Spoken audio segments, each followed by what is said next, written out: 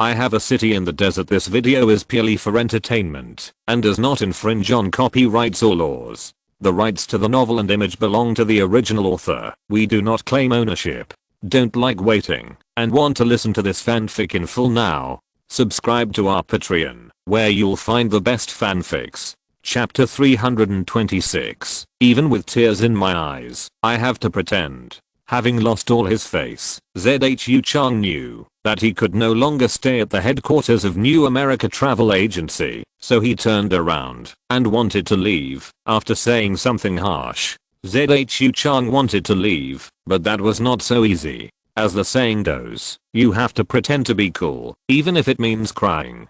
So in front of hundreds of media, Jiang Chen stopped Zhu Chang. "Boss Zhu, you left just like that. I have to congratulate you today. You made dozens of dollars just by reselling the 2 shares of New America Travel Agency you just bought. You really have a good eye." After Jiang Chen finished speaking, Zhu Chang was so angry that his nose was smoking. Indeed, he bought 2 shares of New America Travel Agency after insulting Jiang Chen. He originally wanted to use it to humiliate Jiang Chen, but he didn't expect to make money now.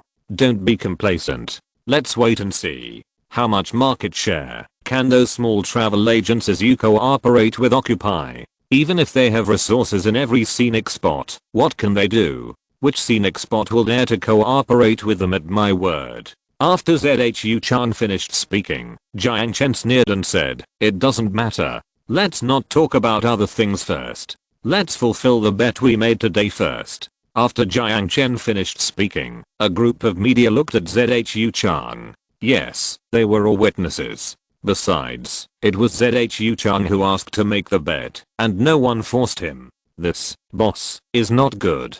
Zhu Chang is a member of the Zhu family. All Zhu family members are. What's wrong with the Zhu family?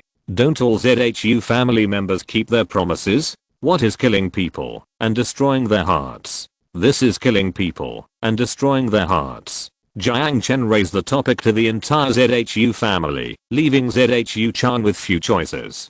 "Boss, you can't kneel. If you kneel, the Zhu family will lose face." Zhu Chang dreams of getting the recognition of the Zhu family. You know, the Zhu family is a large enterprise with a market value of hundreds of billions. As long as he can get the recognition of the Zhu family, he will have the right of inheritance. At that time, at least tens of billions will be shared. "I kneel to your uncle. Damn it, you damn peasant want me to kneel to you. Why don't you just go and die? Damn it, go, wait, and see. I will kill you sooner or later." Zhu Chang turned around and left. Before he took 2 steps, he was surrounded by a group of reporters who pointed a microphone at Zhu Chang like a gun. "Hello, boss Zhu, you should keep your word as a man, and the same applies to doing business. Since you can make a bet with boss Jiang, do you have to fulfill the bet now? I'm going to clear your mother. Kneel down and try to bark like a dog.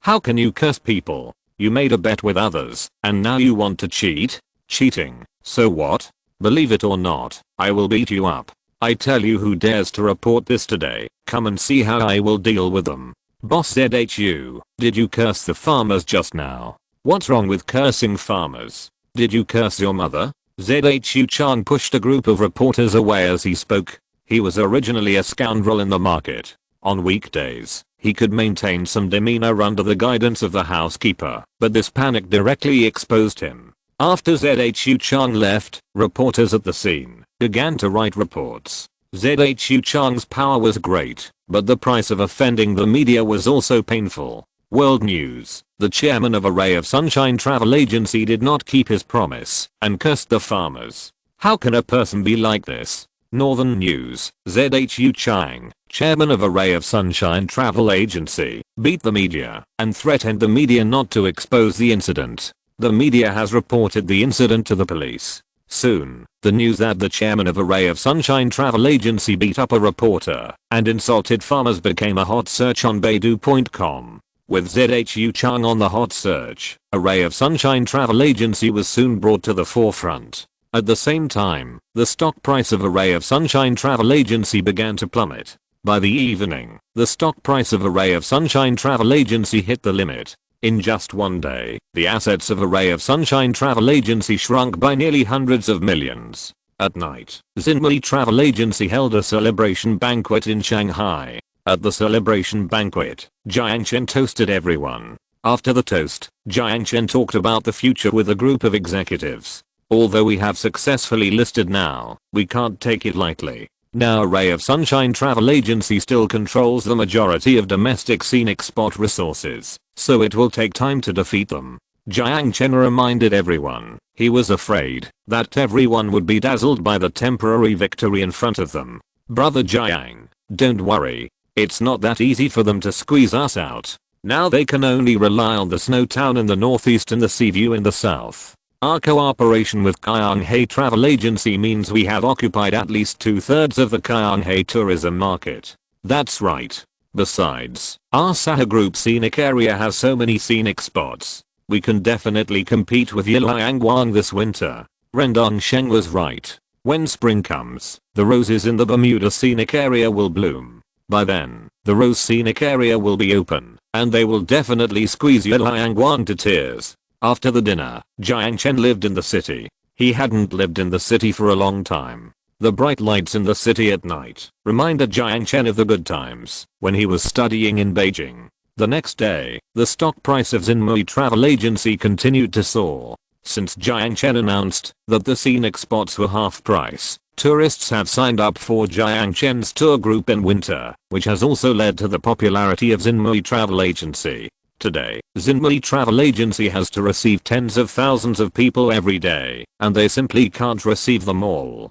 Fortunately, these tourists can also register at more than 300 branches of more than 20 domestic travel agencies such as Jianghe Travel Agency and Kainan Travel Agency, which are partners of Xinmei Travel Agency. These small travel agencies soon helped Xinmei Travel Agency share a lot of traffic. Let's not talk about this. Jiang Chen returned to Mojiang after staying in Shanghai for 2 days.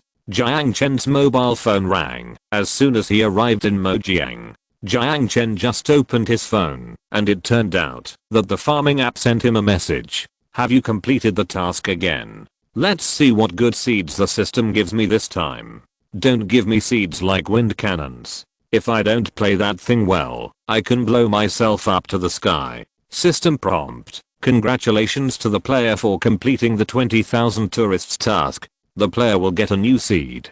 Please go to the seed grid to check. Jiang Chen reached out and clicked on the seed grid. This time the system did not give him a building material seed. Jiang Chen breathed a sigh of relief. He was afraid. Jiang Chen clicked on the ordinary seed grid, and a 3-pointed leaf was unlocked in the seed grid. What is this? Are you going to give me leaf seeds? What's the point of me asking for leaf seeds? Jiang Chen said this, and clicked on the seed introduction. Soon the system prompted. Seed introduction. Congratulations to the player for obtaining the desert ginkgo seed.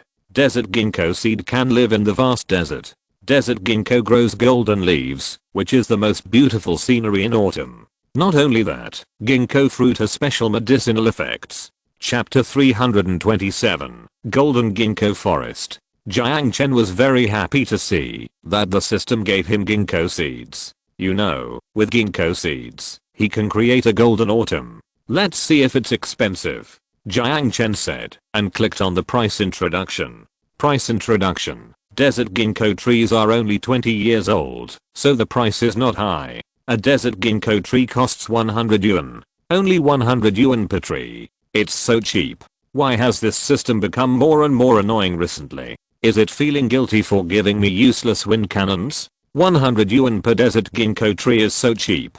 Since it is so cheap, Jiang Chen decided to build a desert ginkgo tree town. This town will be a new tourist base with desert ginkgo trees as its feature. Speaking of the ginkgo tree town, Jiang Chen looked at the map and there were not many places to choose from. This town must be located in the Bermuda scenic area, so after thinking about it, Jiang Chen can only build it in the north of the pear garden. Jiang Chen did it right away and drove directly to the north of the pear garden. After arriving at the place, Jiang Chen directly opened the desert farming system and then selected 60,000 desert ginkgo trees and planted them directly on more than 2,000 acres of land. These 60,000 ginkgo trees directly cost him 6 million, but now Jiang Chen has nothing but money, so he is not worried at all. After planting the ginkgo trees, Jiang Chen planted characteristic wooden houses directly in the ginkgo forest according to his own design. Now there is still 1,000 acres of open space between the ginkgo forest and the sea of apricot flowers, which is just right for building a wooden house village. Jiang Chen selected a more suitable wooden house villa from the seed grid and planted it directly on the 1,000 acres of open space. After planting the wooden house village, Jiang Chen planted roads and street lights according to the design. After everything was planted, Jiang Chen decided to inspect it. The car shuttled through the ginkgo forest. When it drove to the middle of the ginkgo forest, Jiang Chen actually encountered a tree spirit from a distance. Yes, it was indeed a tree spirit. This ginkgo tree is huge and lush. It takes 2 people to surround the trunk, and the branches are as thick as thighs. Looking at this super large ginkgo tree, it is at least 100 years old. Perhaps this is the king of ginkgo trees. You actually gave me a king of ginkgo trees. This is really a good thing. By the way, I must build a large tourist attraction based on the characteristics of the king of ginkgo trees. When the leaves of the ginkgo trees turn yellow, it is the most artistic, and when it comes to artistic things, there is nothing better than a Zen temple.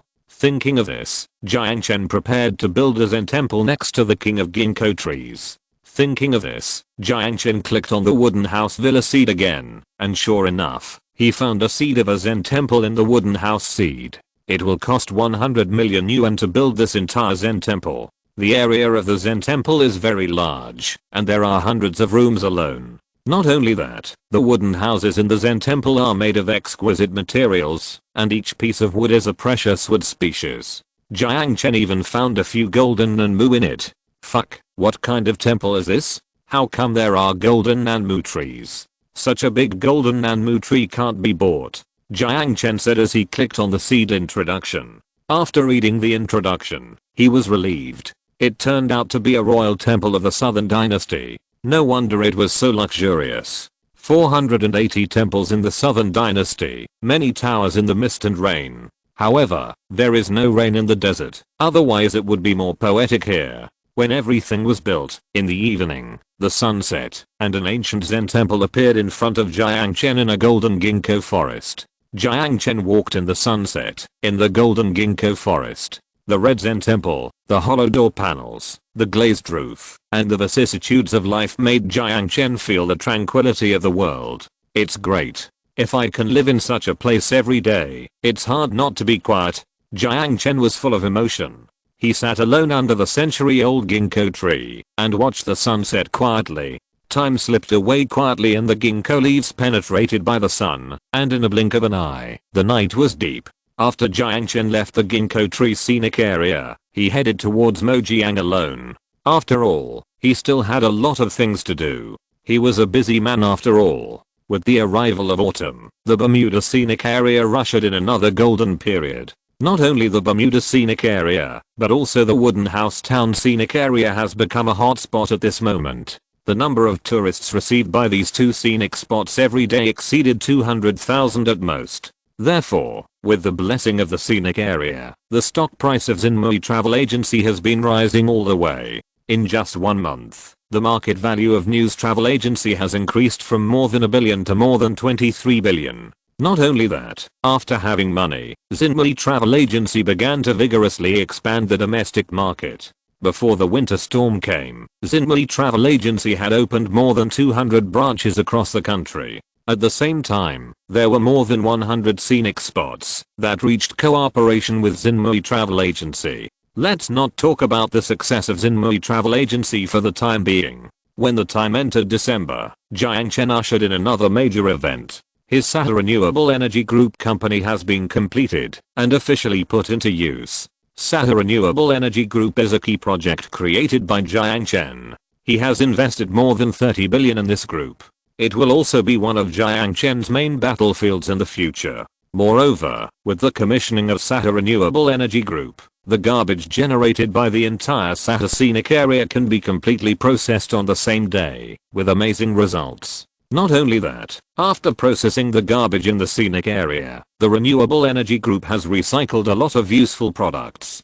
By reprocessing these things, Sahara Renewable Energy Group has successfully pushed them to the market. After a period of trial operation, Wang Bo, the president of the group, found that this renewable energy group is definitely the world's top garbage disposal center, so he decided to lead the team to participate in the Garbage Disposal Investment Promotion Conference held in Urumqi. The Urumqi Garbage Disposal Investment Promotion Conference was originally planned to be held in the fall, but due to various reasons, it was postponed to December. This Garbage Disposal Investment Promotion Conference will be participated by nearly 30 domestic companies, and they will compete for the garbage disposal rights of Xin province, let alone taking over the entire Xin province market. Even if it takes over the garbage disposal rights of Urumqi, the garbage disposal fees alone will be enough for Sahara Renewable Energy Group to earn a huge sum of money. Of course, earning garbage disposal fees is one thing.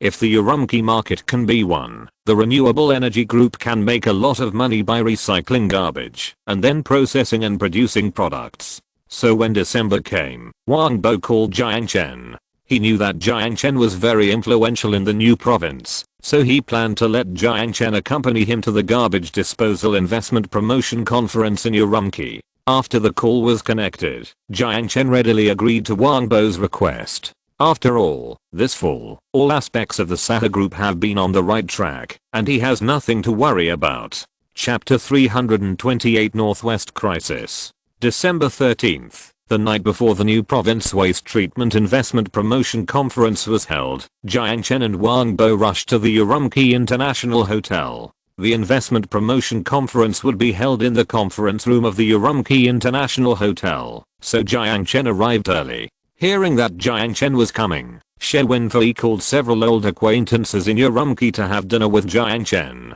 After not seeing each other for a few months, Yu Shenghe had aged a lot, but Qi Dasheng had become much stronger. At the banquet, several people drank happily. After a few glasses of wine, She Wenfei raised his glass and said, "Brother Jiang, I heard that you are here to participate in the Waste Treatment Investment Promotion Conference. Listen to my brother's advice. This is not an easy job. It requires real technology and connections. If you are not good at it, you will lose a lot of money." After She Wenfei finished speaking, he also talked about Liao Liang, who used to contract the waste treatment in Urumqi. Liao Liang made money all his life. In order to expand the scale, he bought a hill in Urumqi as a landfill. As a result, the Meng Group directly gave gifts to take away the waste treatment rights in Urumqi. Liao Liang almost hanged himself. After She Wenfei finished speaking, Jiang Chen smiled. He didn't know whether others would pay compensation, but he definitely wouldn't. "Brother Shen, don't worry. Since I'm here to participate in the trade fair, I'm absolutely sure I can make money." "Brother Jiang, I don't understand this, but I heard that in addition to several famous garbage disposal plants in China, American companies have also joined the bidding this time." After Qi Dafu finished speaking, Yu Shenghe nodded and said, "Yes, now the problem of handling domestic garbage and other garbage has reached a time when it must be solved. Now the garbage transported out of big cities in a day can fill up a lake. The garbage and wastewater flowing into the lake, in addition to polluting water resources, also make it impossible for ordinary people to live. I suspect that this fucking desert storm was caused by the garbage not being handled properly, resulting in the land being barren. Isn't it? Our garbage is handled by landfill. Which city doesn't have garbage piled up like a mountain? Forget about winter. When the wind blows in summer, the whole city stinks. Let's not talk about our Urumqi. When the wind blows in spring and summer, I feel like I'm living in a garbage dump. Old Liu, stop complaining. Which city is not like our Urumqi? Our Urumqi is not bad. Big cities like Shanghai and Shenzhen produce more garbage in a day than our Urumqi in a week, so they should be the ones with the real headache." Yes, now with the arrival of the desert, all countries have begun to pay attention to environmental protection issues. Hasn't the country begun to focus on this area? Ours in province is a pilot. If our bidding is successful, then such biddings will be held all over the country. By then, there will be a way to clean up the garbage. If that happens, our country can still be saved. Thank you for your kind reminder. I have the confidence and I must seize the opportunity to take pictures of this investment promotion conference. After Jiang Chen finished speaking, Kidafu said on the side. Brother Jiang has something to tell you. The Meng group is also participating in the auction this time. In order to participate in this auction, the Meng group bought tens of thousands of acres of land in the desert outside Urumqi just to fill the garbage. Jiang Chen is more familiar with the Meng group. Half a year ago, after he and Zhu Chang lost money in running a scenic spot together, he successfully went public with the help of the Zhu group. Now the Meng group is already a large enterprise ranked at the forefront in Xin province. Filling with garbage is not a long-term solution. I have found a way to recycle it. After Jiang Chen finished speaking, Liu looked at Jiang Chen and said, Zhao Jiang, there is no money to be made in the garbage business now. Do you know what is the most profitable now?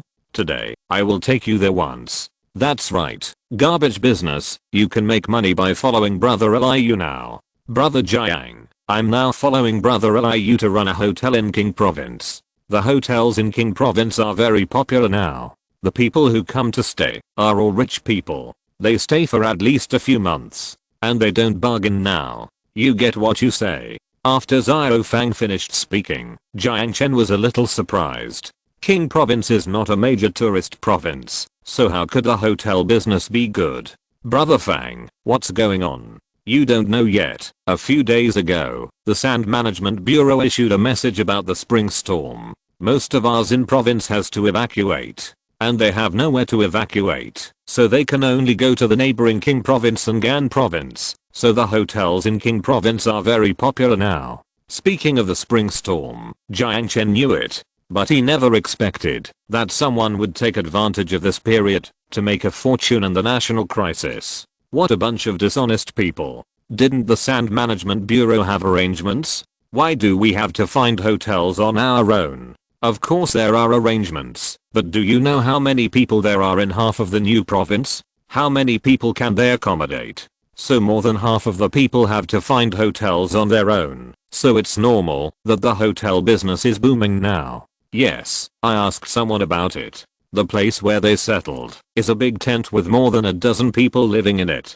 Who of those rich people would want to squeeze together with everyone? And I heard that King province will also be hit by the spring storm. When the storm blows, the tents will be blown into the sky. Zhao Jiang, it's not too late for you to join now. You have money and we have resources. At that time, we can rent a few buildings and convert them into hotels. We can make tens of millions from this spring storm alone. After Liu finished speaking, Liu Zhang also looked at Jiang Chen and said, if you don't want to run a hotel, you can follow me to do other things to make money. By then, so many people will come to King province, and they will have to spend money on food, clothing, housing and transportation. Besides, the prices in King province have gone up now. You can also make money by following us to sell vegetables. After several people finished speaking, Jiang Chen shook his head. Jiang Chen, really couldn't make money from the national disaster. I'd better stay in Mojiang. After Jiang Chen finished speaking, Kidafu shook his head and said, Brother Jiang, Mojiang is no longer viable. After the news of the spring storm came, even the Wencheng real estate speculation group ran away. You know, all the real estate companies that invested in Yunnan New District lost money, and I lost millions there. Kidafu sighed after speaking. Since the news of the spring scenery came, the Wencheng real estate speculation group ran away on the spot. As soon as the Wencheng people left, the housing prices suddenly dropped. Those real estate speculators lost so much money that they wanted to jump off the building. The night passed quickly. Jiang Chen was not very happy with the meal, so he left very early. On the way back to the hotel, Jiang Chen called the investment group. After Jiang Chen learned on the phone that the housing prices in Yunnan New District really collapsed, he couldn't help but sigh. Such a good new district did not die in the hands of real estate speculators, but died in the hands of rumors. It was really ridiculous. Brother Jiang, the news of the spring storm has become more and more outrageous. The media reported that this spring storm will bring a large amount of ice to Mojiang. By then, the temperature in Mojiang will drop to more than 20 degrees below zero. Not only that, the entire Mojiang will be without water and electricity, and transportation will be blocked. If you stay here, you will only wait for death. So, should we sell the house we invested in as soon as possible? Chapter 329, more advanced than the Milky Way. After the head of Sahara investment group finished speaking, Jiang Chen knew that the housing prices in Yunnan New District must have fallen to the bottom. How much is the housing price per square meter in Yunnan New District now? Brother Jiang, it's less than 1,200 yuan per square meter now. It was 4,800 yuan yesterday. Now it's all on sale at bargain prices. Buy at 800 yuan. Buy as much as you have now. Also, tell Guan Kuan to allocate money to you. It's best to buy the entire Yunnan New District for me. Jiang Chen was so generous because he believed that, as long as his scenic area was built, and as long as he planted enough grass, it would be able to withstand the wind and sand. Even if it can't withstand the wind and sand now, the desert will eventually become a plain under his management. By then, you won't be able to buy such a cheap house. After giving instructions to the investment group started to acquire land. At dawn the next day, Jiang Chen participated in the new province's garbage disposal bidding meeting. Many companies came to the bidding meeting, and Jiang Chen didn't know most of them. But what surprised him was that Meng Hui from Meng's group came. Meng Hui also spotted Jiang Chen in the crowd. Looking at Jiang Chen, Meng Hui thought of the tourist attraction. The more he thought about it, the angrier he got. When he thought about how his father had made him stay there for so long for the sake of the family, he was furious. Hey, who did I think it was? Isn't this Jiang Chen from the Sahara scenic area? How come the winter storm is about to come, and you haven't run away yet? After Meng Hui finished speaking, a group of people looked at Jiang Chen. They had heard of the Sahara scenic area before, but they only knew that the tickets to the scenic area were very expensive, and not many people went there. However, they never expected the boss to appear here. Don't worry, I won't run away, even if your mother runs away. Let alone the winter storm. Even if God comes, I can withstand it. After Jiang Chen finished speaking, a group of people laughed. Meng Hui's face turned black with anger. He led a few people to surround Jiang Chen. Meng Hui wanted to deliberately embarrass Jiang Chen, so he spoke in a much higher tone. Everyone, come and see. Everyone, come and see. A tourist attraction owner is also doing garbage disposal. Why the hell don't you go to heaven? A man in his 50s looked at the teenage Jiang Chen. Hearing that he was also here to compete for garbage disposal, he couldn't help but shook his head and said, "Are people so boastful nowadays? We have been doing garbage disposal for a lifetime, and today we have to compete with a teenager? Old Jiang, you are joking. Everyone knows that your company has newly developed an intelligent garbage disposal plant. If we talk about competition, who can compete with you? Old ZHU, look at what you said. You are the boss of the West China region. All the garbage in Sichuan province has been contracted to you. This time the bidding will be yours. Humph, wait and see. This time the bidding will definitely be a Meng group. Today I want to vent my anger. Jiang Chen, aren't you very capable? Don't you like to bet?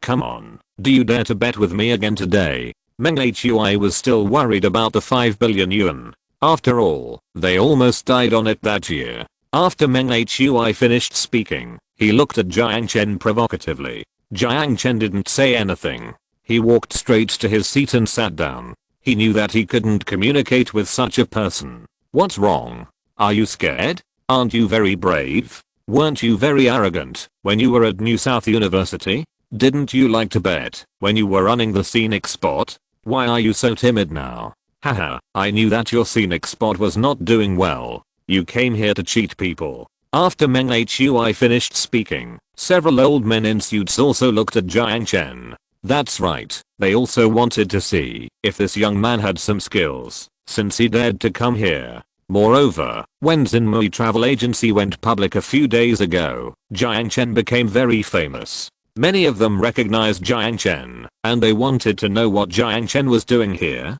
What are you talking about? Your Meng group is just a grandson in front of our Sahara renewable energy group. Jiang Chen could tolerate it, but Wang Bo couldn't. After all, Wang Bo knew that his renewable energy group was not even comparable to the United States, let alone the United States. I'm afraid that the entire Milky Way doesn't have such advanced technology. After Wang Bo finished speaking, Meng Hui looked at Wang Bo. He thought for a moment and said, "Why do you look so familiar? Oh, I remember now. You are the traitor of our company. Haha, you stole the most advanced garbage disposal technology of our main group and then ran to Jiang Chen. You, the traitor, are still alive." Meng Hui was right. Wang Bo really worked in the Meng group, but it was nonsense to say that he stole the technology of the Meng group. Who are you saying is a traitor?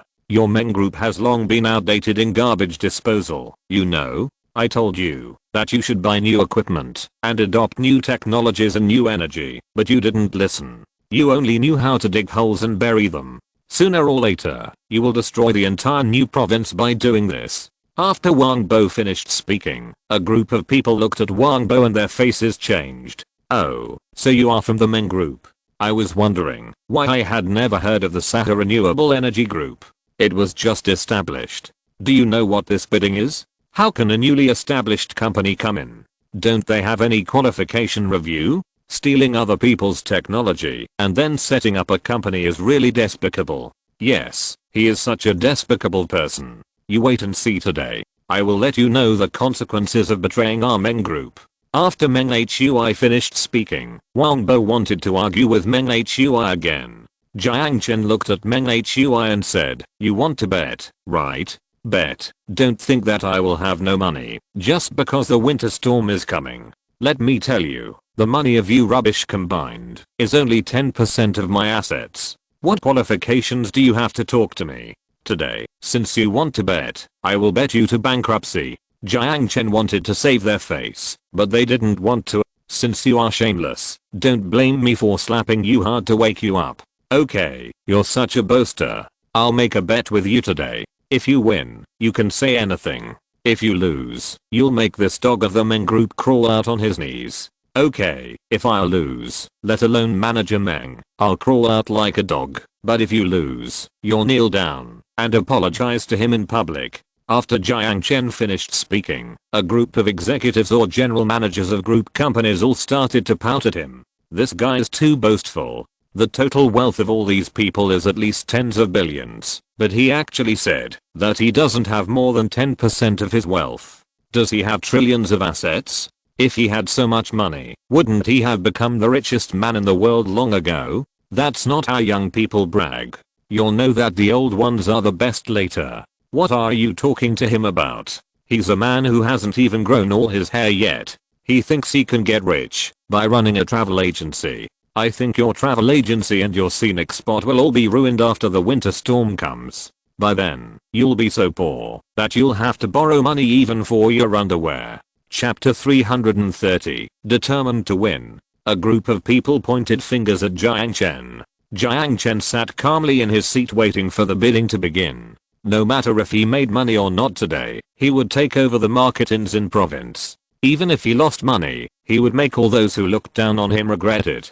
The bidding meeting started soon. The leaders of the Provincial Environmental Protection Department and the leaders from Beijing presided over the bidding meeting. After all, this was not an ordinary bidding meeting. This was the first time that China organized a bidding meeting for garbage disposal in the entire province. In the future, they would also hold bidding meetings in other provinces. After the bidding meeting started, the director of the Xin Province Environmental Protection Bureau spoke. He looked at everyone and said, "Now I would like to invite everyone to come up on stage one by one to express their methods and prices for garbage disposal in Xin province. In the end, we will select the best one to take on the garbage disposal work of our newcomers." After the director finished speaking, the first person to come up on stage was Hucheng New Natural Company. The chairman of New Natural Company was the old Xiang who laughed at Jiang Chen. After Xiang walked onto the stage, he looked at everyone and introduced them. "Our New Nature Company is the largest garbage disposal company in Shanghai. We are responsible for the garbage disposal work in several large cities such as Shanghai and southern Jiangsu.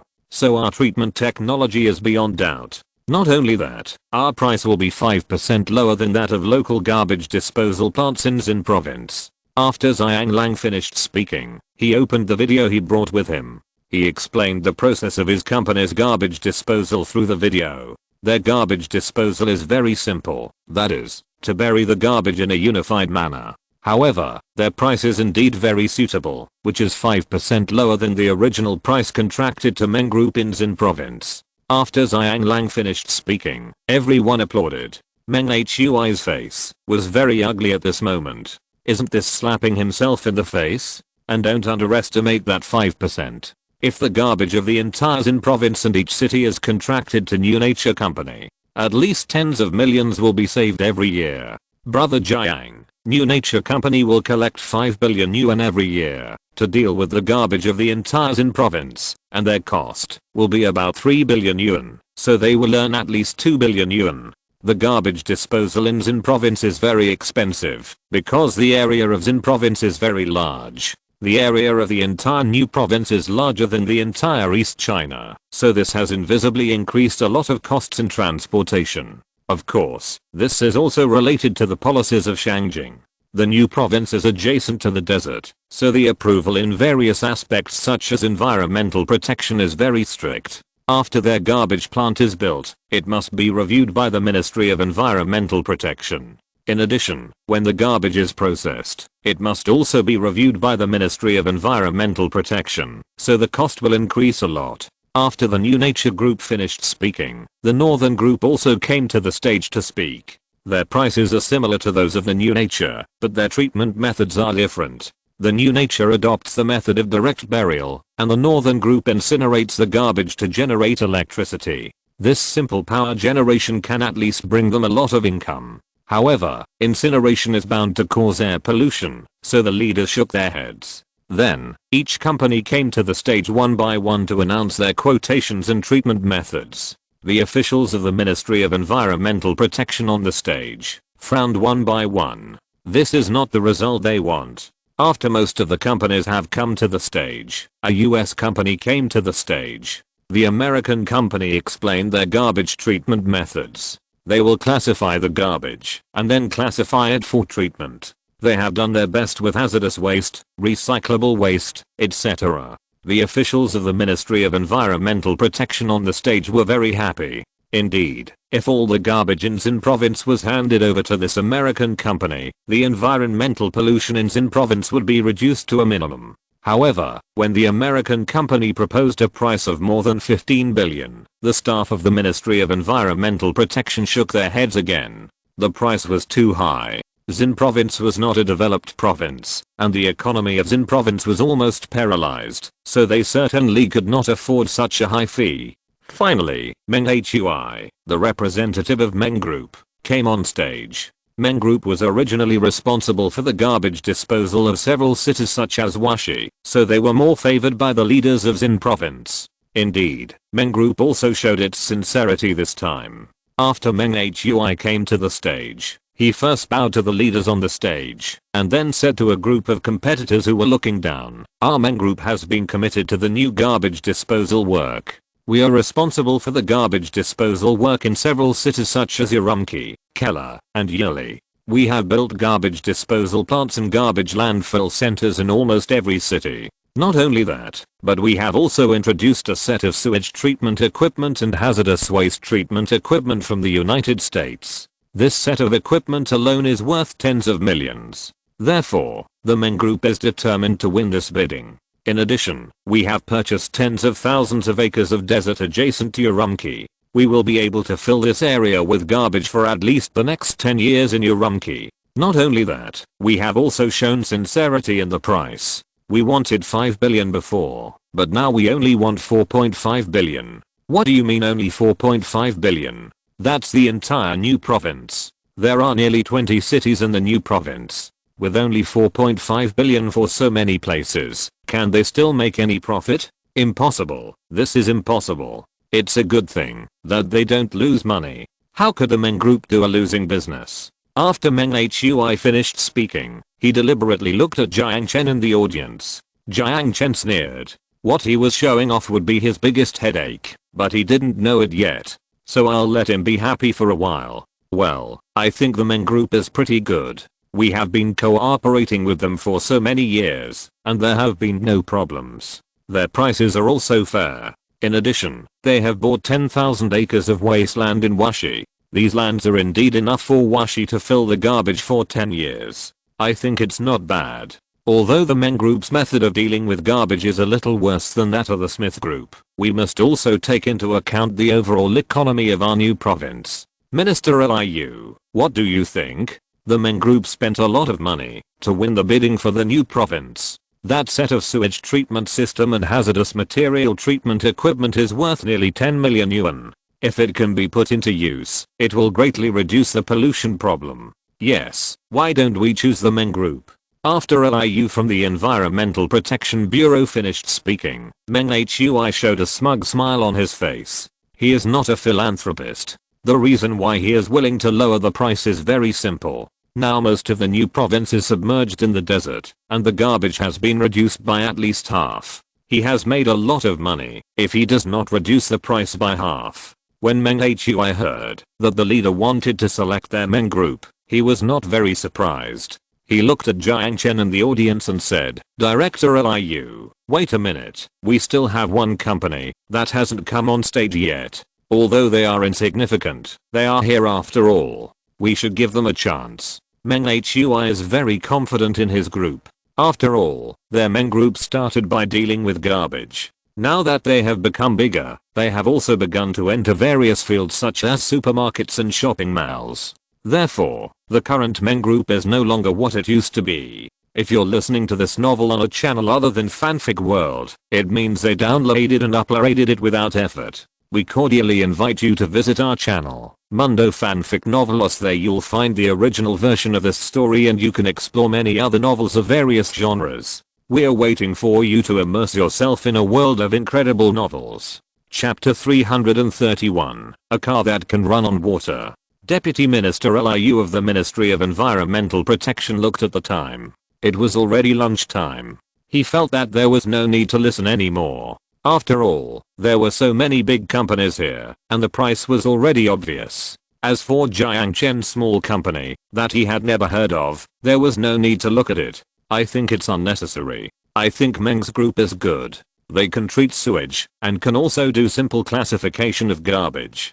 Finally, they can bury the garbage in the desert. In this way, they can handle the garbage well, and the price is fair. Let's choose it. Okay, since Deputy Minister Liu said so, then let's choose you. After all, Sahara Energy Recycling Group is a small and unknown company. This is their first time to go out of Sahara and enter the people's field of vision. It's no wonder that the leaders don't agree with him. Several leaders want to confirm that Meng's group is the winner of this bidding meeting. Seeing this, Meng Hui said to the leader, although Sahara Renewable Energy Group is a small company, they came all the way from Mojiang. So for the sake of fairness, please listen to it. After all, if Jiang Chen didn't go on stage, how could the bet he made with Jiang Chen count? When the time comes, Jiang Chen can say that the leader didn't let him go on stage, and this reason will overturn everything. Since Manager Meng said so, let the garbage disposal plant of Sahara come up and speak. After Minister Liu finished speaking, Meng Hui looked at Jiang Chen and shouted, hey, don't say you won't give you a chance. Everyone is here this time.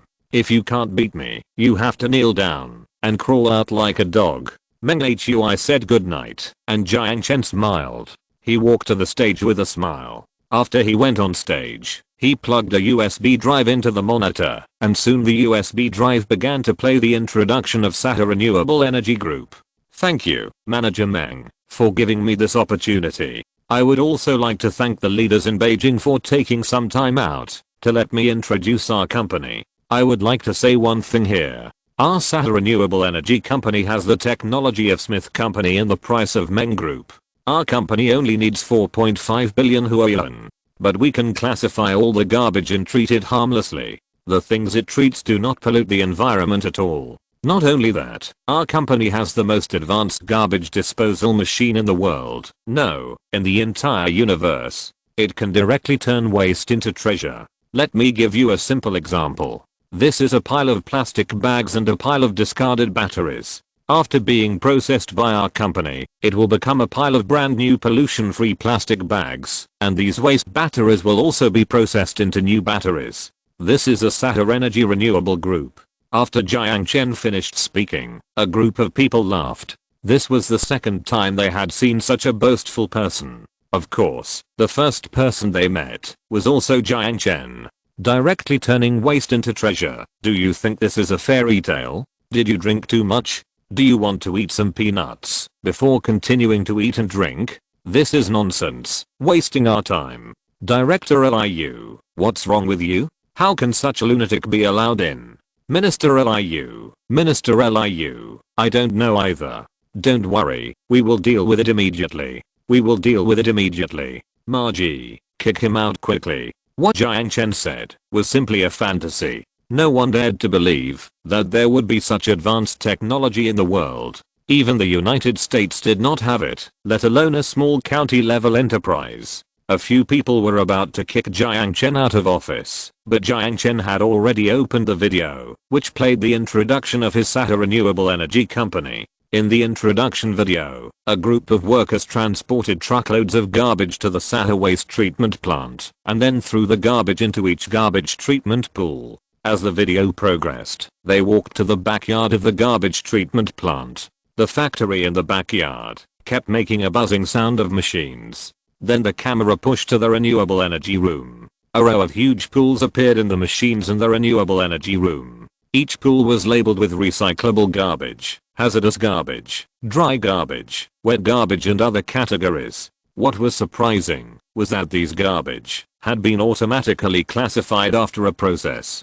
The classified garbage in the pool was transported to the garbage treatment plant in the backyard by workers. After they put the garbage into the corresponding garbage treatment pools, the camera pushed back and came to the renewable energy workshop of the second garbage treatment plant. In the second renewable energy workshop, all the garbage has been turned into treasure. Those plastic bags have become stacks of brand new plastic bags, and the batteries have become brand new batteries. Not only that, some other garbage in it has also been processed. For example, disposable chopsticks have become wood pulp, plastic toys have become plastic, iron products have become pieces of iron, copper products have become pieces of copper, and so on. The video did not end here. Soon, the person filming took everyone to the packaging workshop. In the packaging workshop, they saw things that had already been produced. For example, batteries, paper, disposable bags, etc.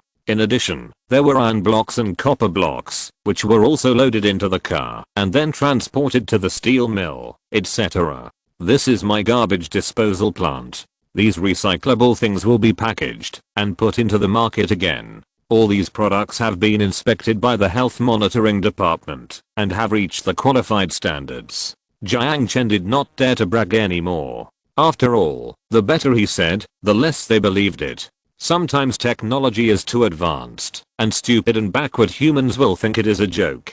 Is it really so magical? This thing is just like a dream. Are you sure you are not filming a movie? That's right, you have walked into the wrong set. We are dealing with garbage here. We are really dealing with it, not filming a documentary. No, this is not a documentary either. This is a science fiction movie. Haha, I thought you were here to participate in the bidding meeting, but I didn't expect you to be here to make trouble. Did the winter sandstorm blow your head off? Meng Hui laughed after he finished speaking. He originally thought Jiang Chen had some black technology, but now he saw that this guy was really crazy. Let's go, Minister Liu. Don't let this lunatic waste our time. I'll call Mo Jiang later. I have to have a good talk with a fraudulent company like them. How could they be allowed to pass? Oh, forget it. Last time there was a car that could run by adding water, and this time there's a recycling company that directly turns waste into treasure.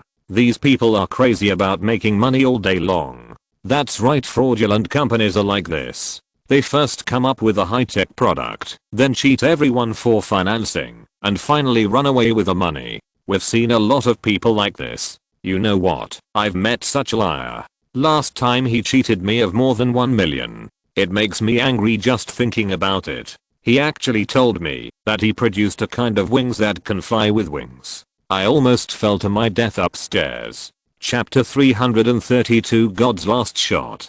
A group of people burst into laughter. Wang Bo saw that everyone did not believe him, so he looked at everyone and shouted, "Our group is not far from here. If you don't believe me, you can come with me to take a look." If I lied to you, I will cut off my head and let you kick it like a bull. Wanbo, you betrayed our men group and followed a normal person. I can forgive you, but you actually followed such a whimsical person. It's really disappointing. You are a PhD graduate. Have you thrown away all the knowledge you learned? Oh my god, this is too crazy. A group of foreigners couldn't stand it anymore. The young man in front of them really left a very bad impression on them. Everyone be quiet. Half a year ago, if I said that I had planted an oasis in the desert, who would have believed it? Isn't this nonsense? How could an oasis be planted in the death desert? If things can be grown, how can it still be called the death desert? Are you suffering from hallucinations? After a CEO finished speaking, Jiang Chen smiled and said, yes, there are still so many people who don't believe it, but I think some of you here must have been to my scenic spot. Tell me for yourself, are the century-old apricot trees, Bermuda lawns, and desert giant cacti in my scenic spot real? Even if no one has been there, haven't you eaten the almonds and melon seeds produced by my Sahara shop?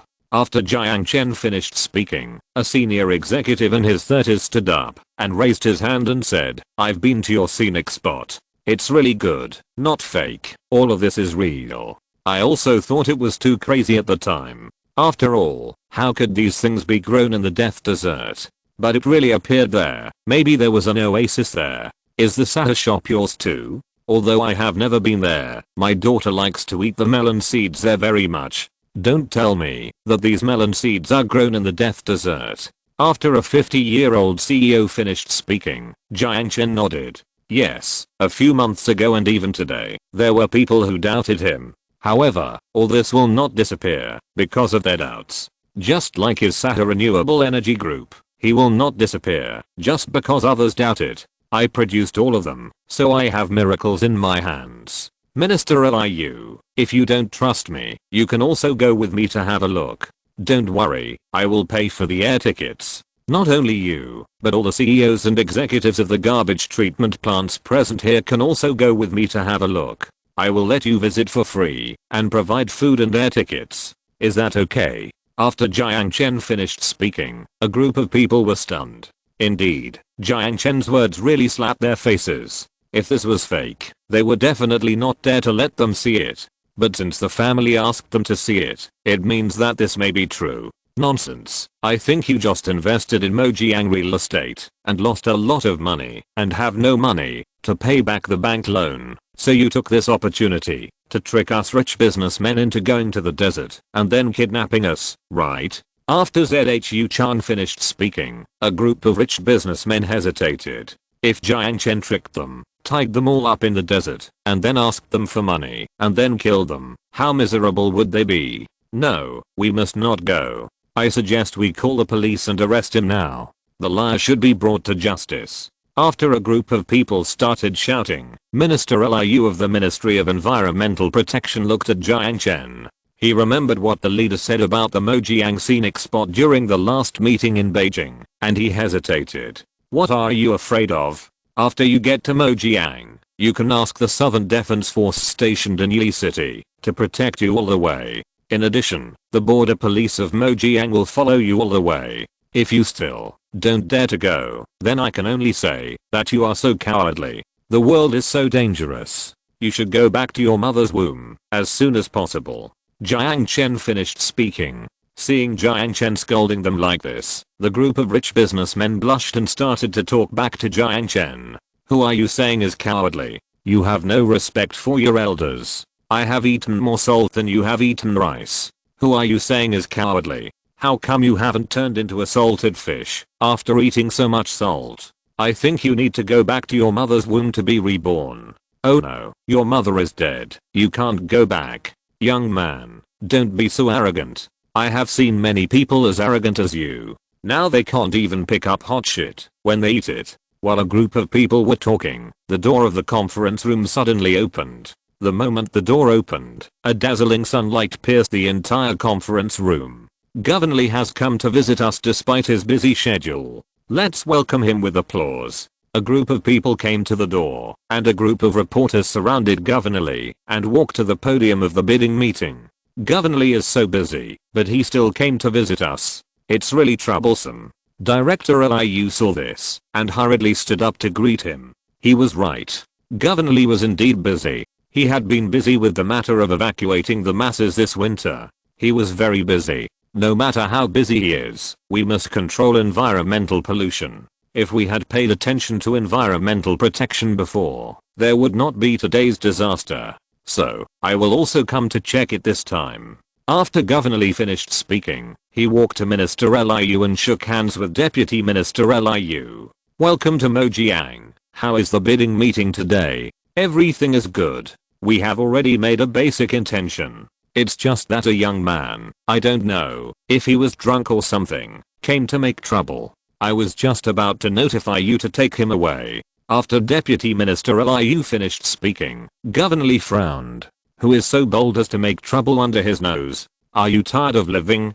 Governor Li looked up to find the troublemaker. He looked up and saw Jiang Chen on the stage. There was nothing he could do. With the blessing of money, Jiang Chen was so dazzling.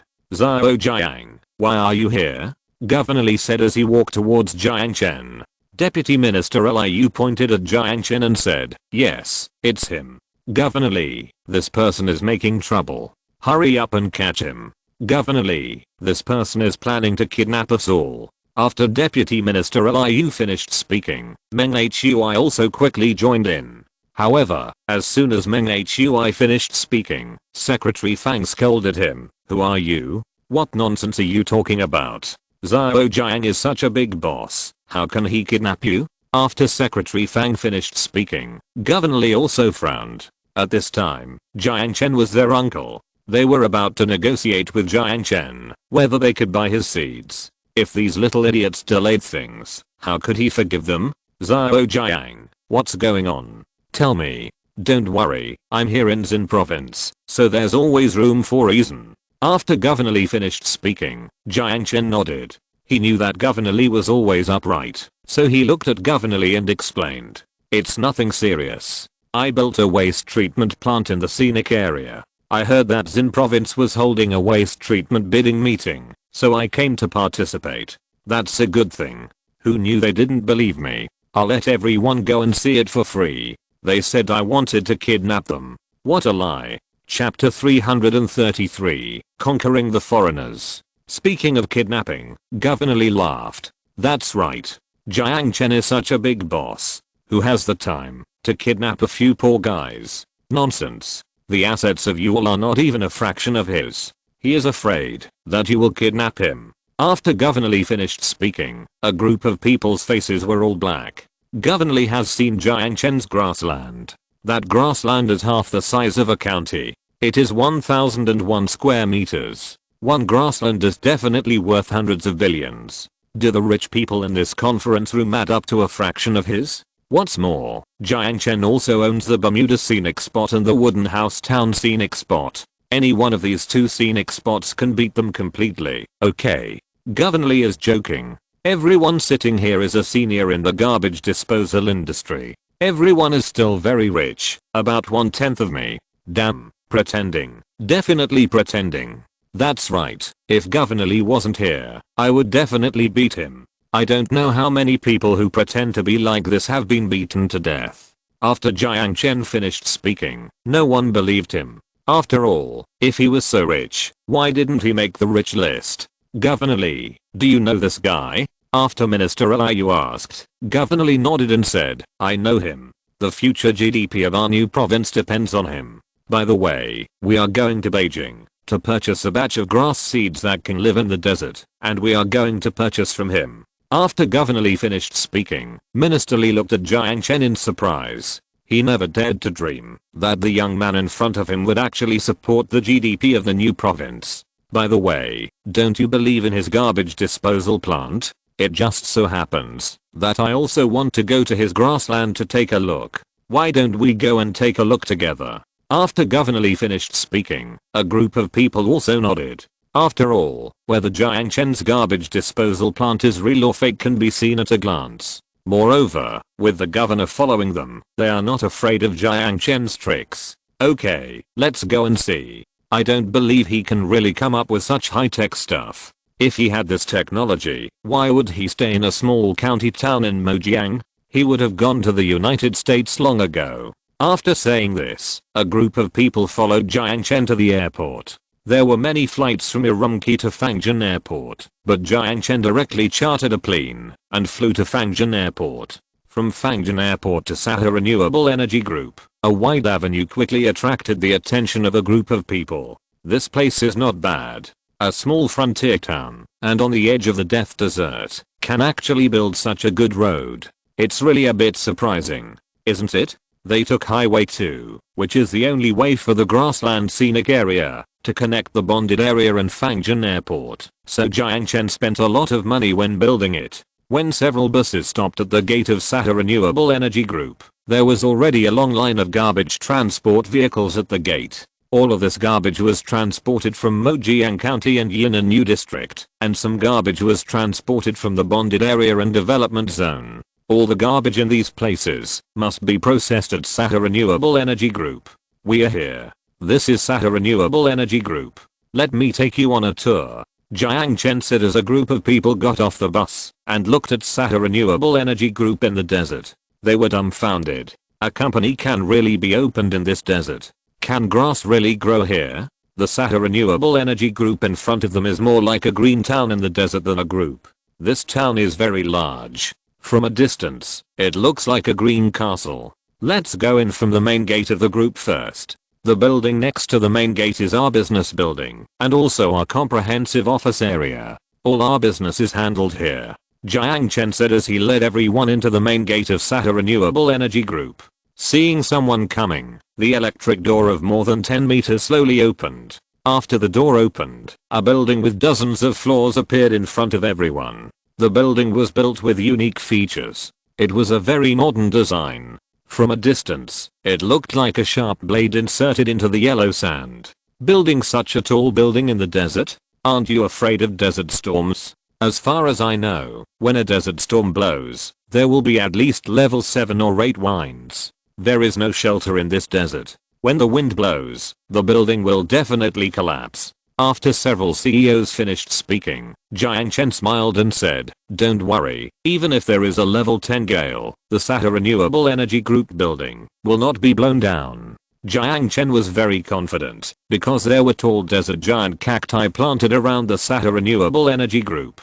These desert giant cacti can effectively block at least level 5 or 6 gale. In addition, there are vast grasslands to the west of the Sahara Renewable Energy Group. When the wind blows from the grassland, the wind force has weakened. Therefore, building a building of dozens of floors here is not a problem at all. Let's not talk about the office building first. Now I will take you to visit the process of our garbage disposal. After Jiang Chen finished speaking, he led a group of people straight to the garbage disposal plant. Jiang Chen's garbage disposal plant is very large. After all, it is a disposal plant with an investment of more than 30 billion yuan. So at a glance, it is all garbage disposal. Everyone, take a look at the truck in front. This is the garbage that has not been sorted. Let's go and take a look with the garbage disposal staff. Jiang Chen finished speaking, and Minister Liu, Governor Li and others nodded and said, "Okay, it looks pretty clean here." After 2 garbage trucks carrying various kinds of garbage drove into the workshop, they directly spread the garbage into each garbage pool. Then the garbage pool began to shake violently, and the garbage entered the garbage disposal machine through the garbage pool. After the garbage in all the garbage pools was transported away, Jiang Chen led everyone to the recycling workshop at the back. After rushing to the recycling workshop, the unsorted garbage had been automatically sorted and appeared in all the corresponding pools. Oh my god, it's actually sorted. Yes, it's really amazing. I just noticed that these dry batteries were mixed in these garbage, and now they are all sorted into the dry garbage pool. Oh, it's good. After a group of people finished speaking, Jiang Chen smiled. These are just the simplest garbage classifications. The really amazing part is yet to come. Come with me. Jiang Chen waved his hand after he finished speaking, and a group of garbage plant employees transported the garbage in the garbage pool back to the garbage plant behind. As truckloads of garbage were filled into the corresponding garbage pools, the rumbling machine started again, and soon the garbage was put back into the garbage processing machines. When Jiang Chen led everyone back to the garbage processing and recycling workshop, the recycling pools were already filled with various reprocessed garbage. Each garbage pool was filled with dry batteries, plastic pool bags, wood pulp, iron blocks, copper blocks, and other things. Looking at everything in front of them, a group of people were so surprised that their eyes almost dropped. It was like a magic trick, but it actually appeared in front of them. Chapter 334.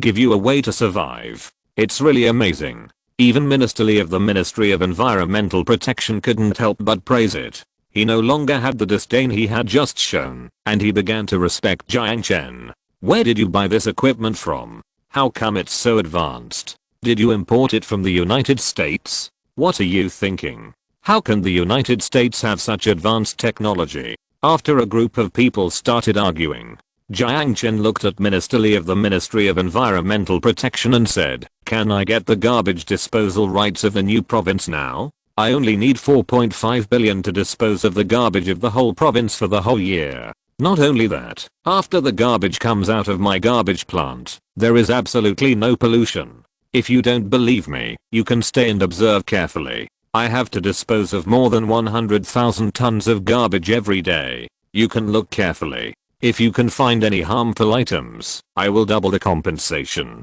After Jiang Chen finished speaking, Minister Liu hurriedly took Jiang Chen's hand and said, "Need I say this? It will definitely belong to you. This is the first time we have seen such an advanced enterprise. I will recommend you to the leaders after I go back.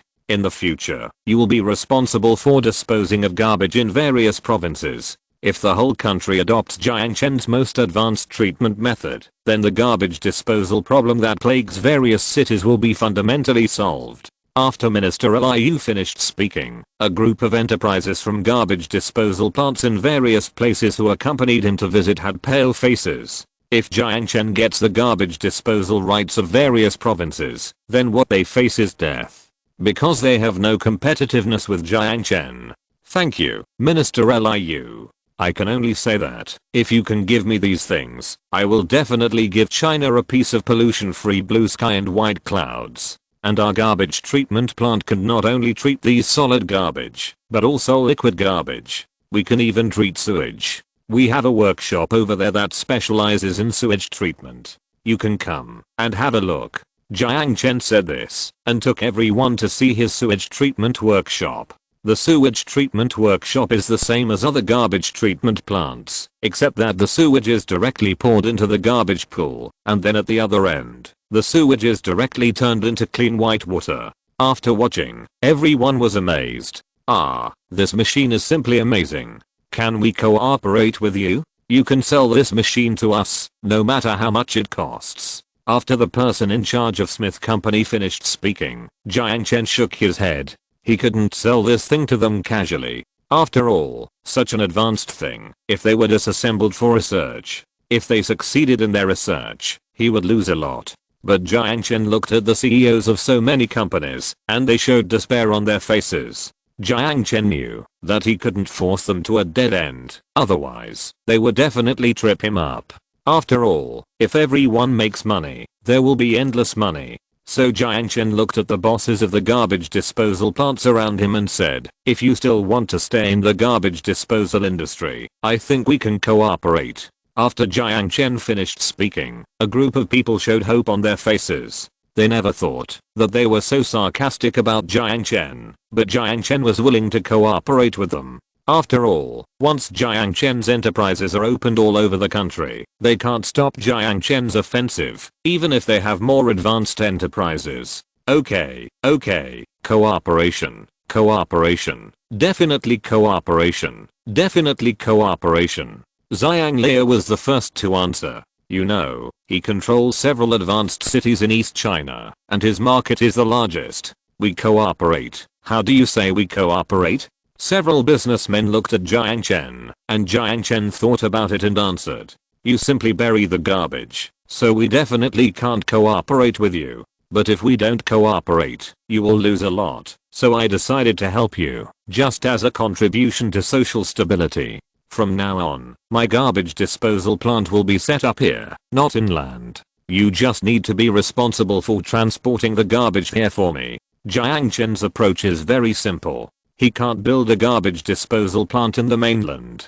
But if he doesn't build a garbage disposal plant in the mainland, he can't deal with the garbage in the mainland. But these garbage disposal companies have garbage trucks, so he might as well let them use garbage trucks to transport the garbage to their own garbage disposal plants, so that he can deal with it. Of course, their cooperation model is also very simple. Jiang Chen handles 1 ton of garbage, and they pay Jiang Chen 1 ton of garbage disposal fees, and Jiang Chen does not participate in the garbage bidding in their province. After Jiang Chen finished speaking, a group of garbage dealers responded. As long as they can keep their market in their company, this is better than anything else. Even if they need to pay Jiang Chen and then transport the garbage to the desert. But at least their company is saved. Not only that, when they deal with the garbage themselves, they need to buy land, stuff and everything else, which is also a considerable expense. Now they only need to hire a few drivers to solve this problem.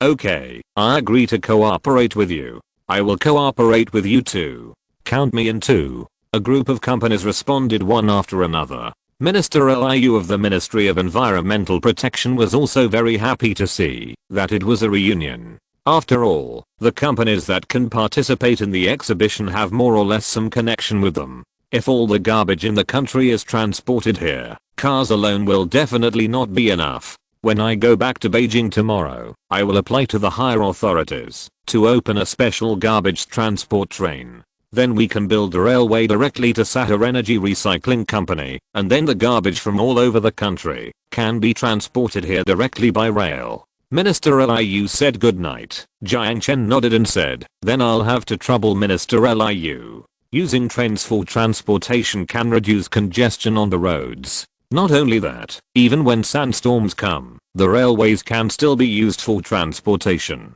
It will also reduce pollution on the road, which is the best. After the deal was settled, Jiang Chen asked Wang Bo to prepare a contract for each of them, and a group of people signed the contract in the office building of Sahara Energy Group. When the signing was in progress, Meng Hui also squeezed into the crowd. When he walked in front of Wang Bo, Meng Hui looked at Wang Bo and said, Manager Wang, I didn't expect that we would cooperate so soon. I'm very happy to cooperate with Manager Wang. Sorry, we can't cooperate with you. Xin province is so close to us, so we will do the market of Xin province ourselves. Okay, next one. No, Manager Wang, I was wrong. Can I learn to bark like a dog? Look at me, Wang, look at me, I can wag my tail. Do you think it looks good?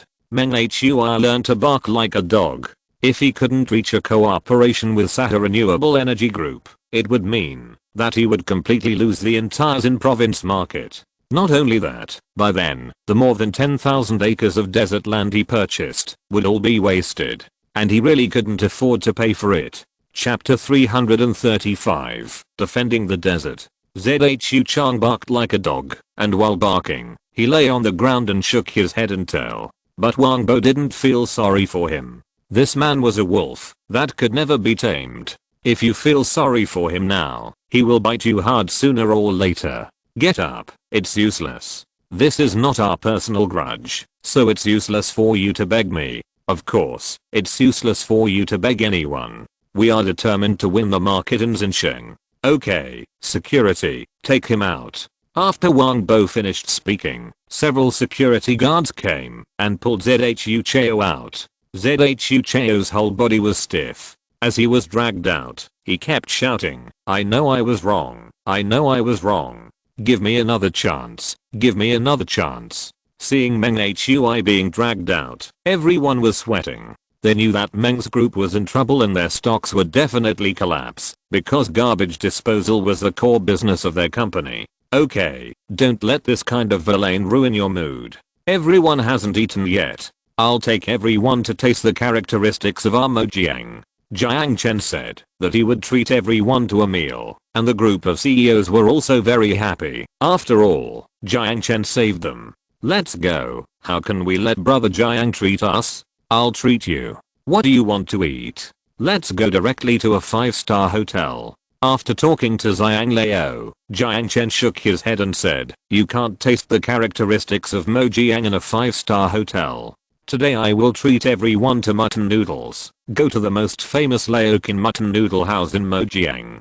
That's right, don't give Zhao Jiang face. This Laocoon mutton noodle is the specialty of Mojiang's characteristics. They use the unique mutton from the grassland, plus Laocoon's craftsmanship. It will definitely make every one of you praise it. After Governor Lee finished speaking, everyone laughed. They knew that, since they could use mutton from the grassland, it meant that Laocoon mutton noodle house must have a great relationship with Jiang Chen. You know, the grassland mutton is exported to the mainland every day, and it is not enough. The locals can't get the goods at all, so they didn't show any courtesy. A group of people followed Jiang Chen to Laocoon noodle house to eat noodles. When the hot noodles were served, they drooled at the aroma of the noodles and the delicious taste of the mutton. Even Jiang Leo, who had eaten delicacies from mountains and seas, couldn't help but smell the noodles and said, "It smells so good." The taste of green onions mixed with the freshness of grassland mutton, plus the cold noodles from the northwest, well, it's absolutely amazing. After Jiang Leo finished speaking, he ate 3 bowls of noodles and still couldn't get enough. Even Li Sheng praised while eating, "This mutton is really delicious, tender and fresh, and this noodle is also chewy enough." The combination of the two is something that even a 5-star hotel can't make. After eating the noodles, everyone was happy. Seeing that it was not dark yet, Governor Lee urged Jiang Chen to take everyone to the scenic spot for a stroll. Jiang Chen was not a stingy person. He signed such a big order today and successfully promoted the Sahara Renewable Energy Group, so this time he had to invite everyone to his scenic spot to have a good time.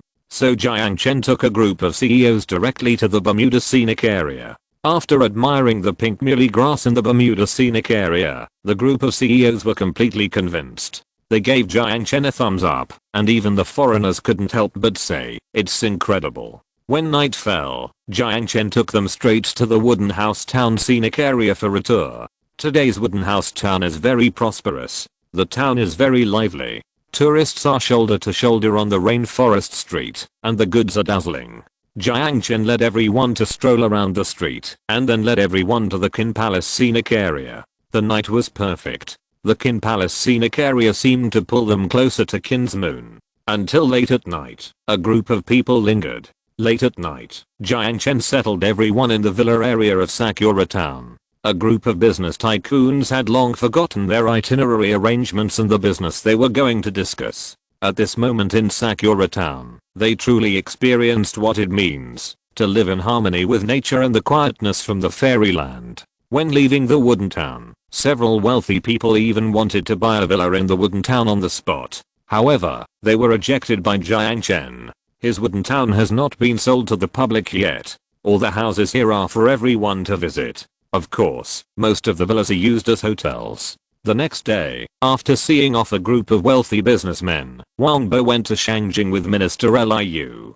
They were going to discuss the application for the railway together. After Wang Bo left, autumn was getting deeper and deeper. The late autumn of the Sahara Scenic Area has arrived, which means that the deep winter of China is about to pass. After winter, it is spring, and the most fierce spring storm in China spring will blow from the depths of the desert. In early February, Wang Bo returned from Shangjing. After Wang Bo came back, he also brought the latest news from the Sand Management Bureau. The Sand Management Bureau notified Xin Province that their final evacuation time is about to end. The roads of the entire Xin Province and even the entire northwest will be completely stopped in mid-February. In addition, several airports such as Fangjin Airport and Urumqi International Airport will all be suspended. Not only that, high-speed railways, buses, etc. will also be suspended, and the entire Northwest Highway will be closed. At the same time, Sahara Group also held a meeting of all executives. They wanted to discuss the evacuation. The meeting room of the Sahara Group headquarters in Mojiang was full of people. Hello, colleagues. Today we are holding this meeting to discuss the issue of our evacuation. After Jiang Chen stood up and spoke, a group of executives stopped whispering. We have received a notice from the Sand Management Bureau that the winter storm has formed in the desert. They will arrive in Mojiang in mid-February, so we still have 10 days. In these 10 days, should we withdraw from Mojiang, or continue to stay in Mojiang? Let's discuss it together today. After the president of Sahara Group, Guanku, finished speaking, a group of executives began to discuss.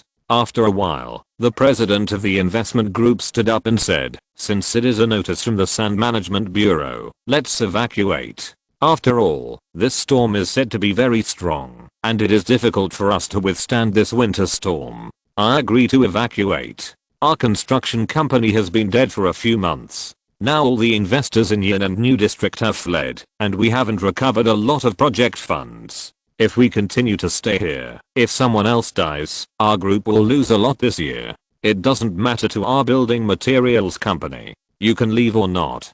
Jiang Chen looked at Sahara Shop.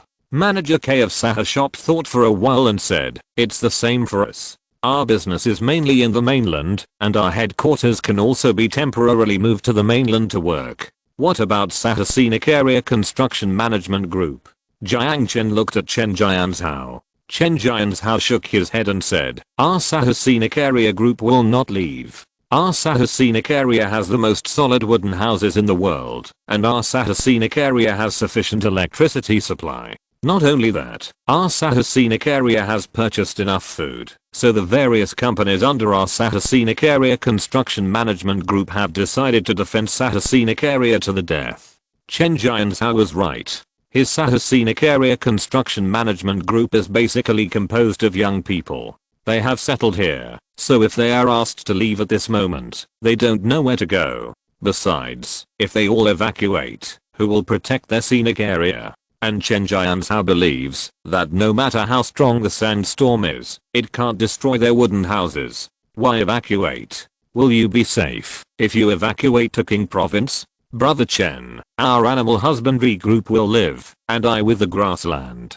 After Wang Pangzi finished speaking, Chen Jianzhao looked at Wang Pangzi and said, Old Wang, listen to me, evacuate all your herdsmen to Ginkgo Town. If you don't want to come to Ginkgo Town, you can go to Wooden House Town. Your grassland can't withstand the sandstorm at all, and your yurts on the grassland can't withstand the attack of hail. Chapter 336. One person's success brings success to the whole family. Chen Jianzhang invited Fatty Wang to live in the Bermuda Scenic Area. Fatty Wang nodded and said, okay, then we will all move to Ginkgo Town. Vice President Lau, you go and do it now. All the herdsmen and scenic area management staff will be settled in Ginkgo Town within 10 days. Okay. By the way, we should kill the cattle and sheep that need to be slaughtered and then send the meat to the Sahara Scenic Area Construction Management Group.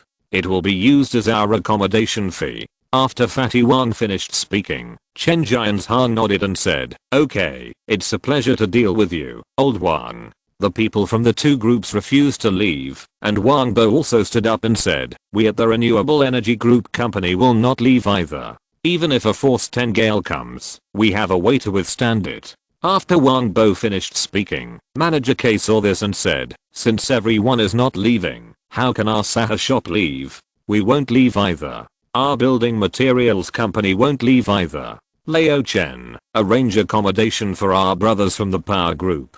You must arrange the most solid houses for us. Otherwise, if there is a problem with my employees, the whole scenic area will be without power. After Wang Can finished speaking, a group of people burst into laughter. They were not afraid of this sandstorm at all. Soon after everyone reached a consensus, Jiang Chen and Guanku, the president of Sahara Shop, made a decision. That is, all employees of Sahara Group should stay in Sahara Scenic Area. At the same time, Sahara Scenic Area will suspend business. Of course, this is only the suspension of business in Sahara Scenic Area. Sahara Shop in the inland will still operate as usual. Guanku will transport all the things sold by Sahara Shop to various places before the storm arrives. After reaching a consensus, Jiang Chen replied to Governor Li, who was organizing the evacuation of half of the province at this moment. The call was quickly connected. When Governor Li heard that nearly 30,000 people from Sahara Shop were going to stay in the scenic area, he not only did not object, but was relieved. Zhao Jiang, you have helped me a lot this time. Now we have to organize millions of people to evacuate to King Province. Now King Province and Gan Province are crowded with people. Now hundreds of thousands of people have to live in tents. Not only that, but even the problem of food is difficult to solve. After hanging up the phone, Jiang Chen began to organize the evacuation of personnel. He evacuated all the employees of the company stationed in Mojiang to the Bermuda Scenic Area. There were nearly 3,000 employees. Evacuation was a big task. Brother Jiang, let's settle the employees of Sahara shop tonight. The employees of Sahara shop are basically female employees, and there are also employees of Sahara dance team. Let's arrange them together. Okay, settle the employees of Sahara shop first. After Jiang Chen finished speaking, Guanku asked again on the phone, where are the employees of Sahara shop settled? How did Chen Jianzhao arrange it? Chen Jianzhao said that there are few employees in Sahara shop, so they were settled in Sahara Tourism College, and the comrades of the dance team were also settled in the Tourism College. Then listen to Liu Chen. After Jiang Chen finished speaking, the settlement work began. Chen Jianzhao was very thoughtful. The employees of Sahara shop headquarters are basically female college graduates, and the dance team is all female colleagues, so it is safest for them to live in the tourism college guarded by the army. At night, a bus carrying the employees of Sahara shop drove towards the tourism college. When the employees of Sahara shop were transferred, Jiang Chen discussed with the supervisor about the next personnel to be transferred. We can transfer all the employees of Sahara shop before 12 o'clock in the evening. After 12 o'clock, we will transfer the employees of Sahara Hospital. Brother Jiang, Liu Chen also settled the employees of Sahara Hospital in the Sakura Bay Villa in the wooden house town. But I have an idea. When the winter storm comes, we will definitely have a lot of sick people. So I suggest that the employees of Sahara Hospital be divided into two. Half of them will be stationed in the wooden house town, and the other half will be stationed in the Bermuda Scenic Area. According to the information given by the Sand Management Bureau, there will be a big drop in temperature when the winter storm comes. As long as the temperature drops, some people will definitely catch a cold, so they need doctors. Okay, let's do as you say. After Jiang Chen finished speaking, Guanku called Chen Jianzhao again. After the two discussed it, they decided to make Mojiang Sanatorium a branch of the Bermuda Scenic Area of Sahara Hospital. They would station half of the doctors here at night. The hospital's transfer task was very slow because they had to transfer a lot of equipment and drugs, so the presidents of several other companies had objections. There was no other way. Jiang Chen could only let the doctors withdraw to the scenic area first, leaving the equipment to be transferred last, and then let the people from the building materials company move to the scenic area. When the employees of the building materials company moved to the Sahara scenic area, it was already the fourth day. The midwinter of Mojiang had arrived. Standing in the scenic area, Jiang Chen could hear the whistling wind blowing from the depths of Sahara. Damn, it's so cold. This damn place is 10,000 times colder than Wanjiang. Fatty Wang rarely had time, and he couldn't help complaining while standing in Jiang Chen's wooden house. Jiang Chen looked at the thermometer hanging in front of the table. The thermometer showed that the temperature in the Bermuda Scenic Area at night had dropped to -11 degrees. Jiang Chen tightened his cotton jacket. He looked at the long icicles hanging outside the door. He had only seen this thing when he was a child.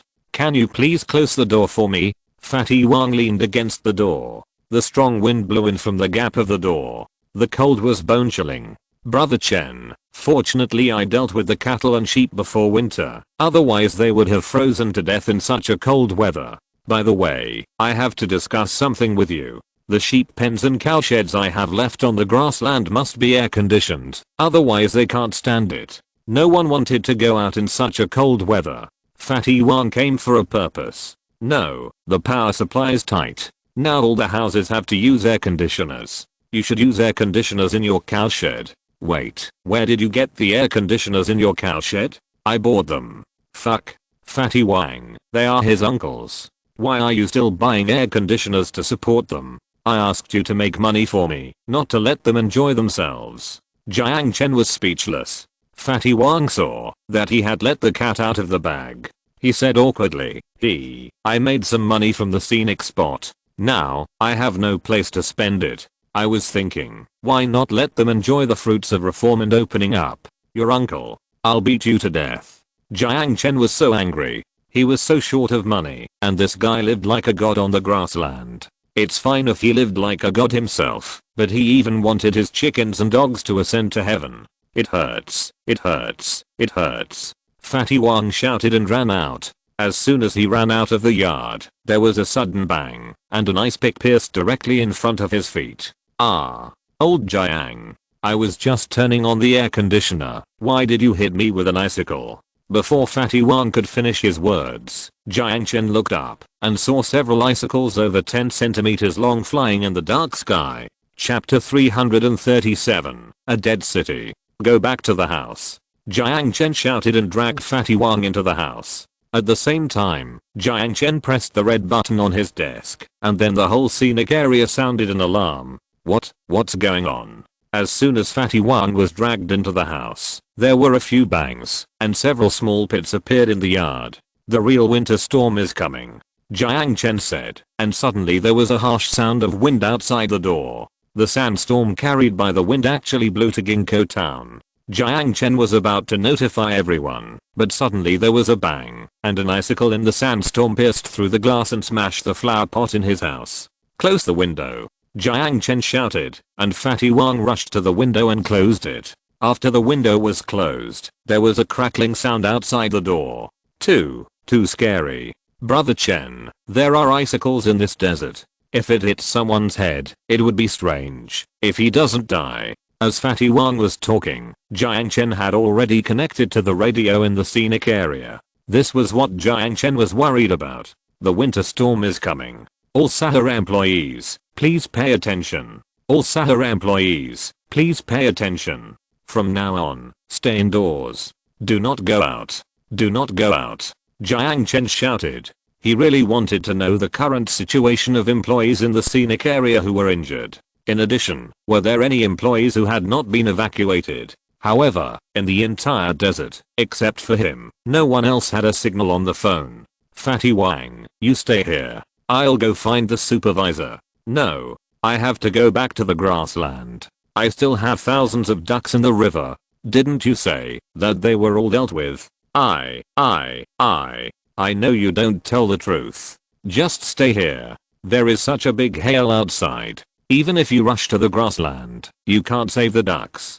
Jiang Chen said, and he looked around. He saw a folding table in the house. He stretched out his hand and opened the folding table and raised it above his head. The moment Jiang Chen pushed open the door, he couldn't help but cough. It was too cold outside, and the strong wind with sand and dust made it impossible for people to open their eyes. No, I have to get out.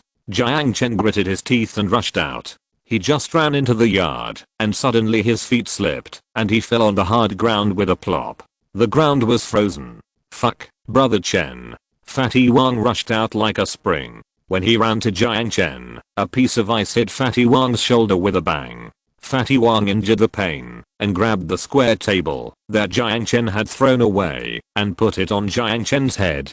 Then there were several crackling sounds, and the table was smashed. Jiang Chen got up from the ground and looked at Fatty Wang. Fatty Wang's arms that were holding the table began to tremble. It's okay, Brother Chen, let me take you there. This broken desert will scratch you like a hammer. What is a brother? A brother is someone who will always be the first to stand up when you are in danger, no matter how you treat him, even if there are mountains of swords and seas of fire in front of him. Thank you. Okay, you win. I'll tell Wang Can that your cowshed has electricity. After Jiang Chen finished speaking, Wang Fatty's eyes instantly soured. Everyone has something they worry about, just like Jiang Chen is worried about his scenic spot, just like Wang Fatty is worried about his cattle and sheep. Maybe this is not called worry, but responsibility. Then I want to thank Brother Chen on behalf of the cattle. We are all brothers. Let's go. Find Guanku. After Jiang Chen finished speaking, the two of them held the round table and headed towards the wooden house where Guanku lived in the hail. The wind and sand in the evening were getting stronger and stronger. Even the apricot forest could not stop them. The two walked in the pitch black sand for more than 10 minutes and still did not see Guanku's wooden house. Jiang Chen was a little puzzled. It's time to get there. Brother Chen, we are lost. After Wang Panzi finished speaking, he hurriedly took out his compass. Looking at the compass, Wang Panzi shouted, "Fuck, brother Chen, we've been circling our wooden house for half a day." After Wang Panzi finished speaking, Jiang Chen was so angry that he laughed. He didn't expect that he, who was so wise all his life, could do such a stupid thing. "Brother Jiang, is brother Jiang here?" Just as Jiang Chen was about to rely on the compass to find Guanku, he didn't expect Guanku to come to him in the strong wind. Here. In the dark, Jiang Chen turned on the flashlight. Although his shouting was loud, the roaring wind quickly swallowed his voice. Guanku came with difficulty looking at the light. Jiang Chen hurriedly welcomed him into the house. To Jiang Chen's surprise, Chen Jian's Hao from the Sahara Scenic Area Construction and Management Group also came. Bang! After the door was closed, several people were covered with wind and sand. Guanku shook off the sand on his body and said with a heavy face, "Brother Jiang, it's bad. The sandstorm came too fast. We still have a few people who haven't evacuated yet." After Guanku finished speaking, Jiang Chen felt cold in his heart. If these employees were in trouble, how could he feel at ease? What's going on? Who else hasn't evacuated yet? Dean Sun didn't evacuate yet. In the evening, we transported the last batch of hospital equipment to the desert. We asked Dean Sun to come with us. Dean Sun said he had to stay to look after the hospital. There were still many large instruments in the hospital that couldn't be transported away. Let's go pick him up. If something happened to Dean Sun, how would he explain to China? You know, Dean Sun is China's top heart expert. He can't die in the sandstorm. We can't go out now. It's dark, the wind and sand are too strong, and there are ice lumps in the wind and sand. If we go out and get lost again, we will lose both the wife and the army. After Chen Jian's Hao finished speaking, Guanku also said, "Yes. It's minus 20 degrees Celsius now, and the road is frozen. Even if we install anti-skid chains, I'm afraid we can't drive far. We can only wait until tomorrow. We came here just to ask brother Jiang to call him." After Chen Jian's Hao finished speaking, Jiang Chen thought about it and nodded. Instead of picking him up now and letting him risk overturning on the road, it is better to let him stay in the hospital first. "Okay, I'll call him." After Jiang Chen finished speaking, he dialed Dean Sun's number and the call was connected in a short while. "Hello, Dean Sun, how are you doing there?" After Jiang Chen finished speaking, Dean Sun's trembling voice came from the other end of the phone. "Not good. Mojiang has a power outage, and our hospital has also lost power. And now, the temperature in Mojiang has dropped to minus 20 degrees. Just now, several vehicles brought several patients in, and we just bandaged them and settled them in the hospital." After Dean Sun finished speaking, several people took a breath of cold air. It was minus 20 degrees and there was no electricity. How could they survive at night? You know, Mojiang has no heating. Can you hold on until tomorrow? "Yes, we have quilts here, and we will burn some wood to keep warm later." "Is there anyone else in Mojiang who hasn't evacuated yet?" Jiang Chen asked again, but there was a busy tone on the other end of the phone. Jiang Chen hurriedly dialed again, but the call was not connected. "Brother Jiang, Mojiang's phone is also disconnected." Jiang Chen could already imagine what Mojiang looked like at the moment. Not only was it minus 20 degrees, but there was no water or electricity, and no communication. If he guessed correctly, the traffic must have been cut off, so Mojiang at the moment might be a dead city. If you're listening to this novel on a channel other than Fanfic World, it means they downloaded and uploaded it without effort. We cordially invite you to visit our channel, Mundo Fanfic Novelos. There you'll find the original version of this story and you can explore many other novels of various genres. We're waiting for you to immerse yourself in a world of incredible novels. Chapter 338, The World Destroyed by the Storm. At night, the wind outside the window was getting stronger and stronger. Looking through the window, it was dark and dim outside, and there were icicles hitting the roof and making crackling sounds. The people in the entire scenic area were praying that such a dark night would pass quickly, because they were afraid that the icicles would break the roof, and then they would be greeted by death.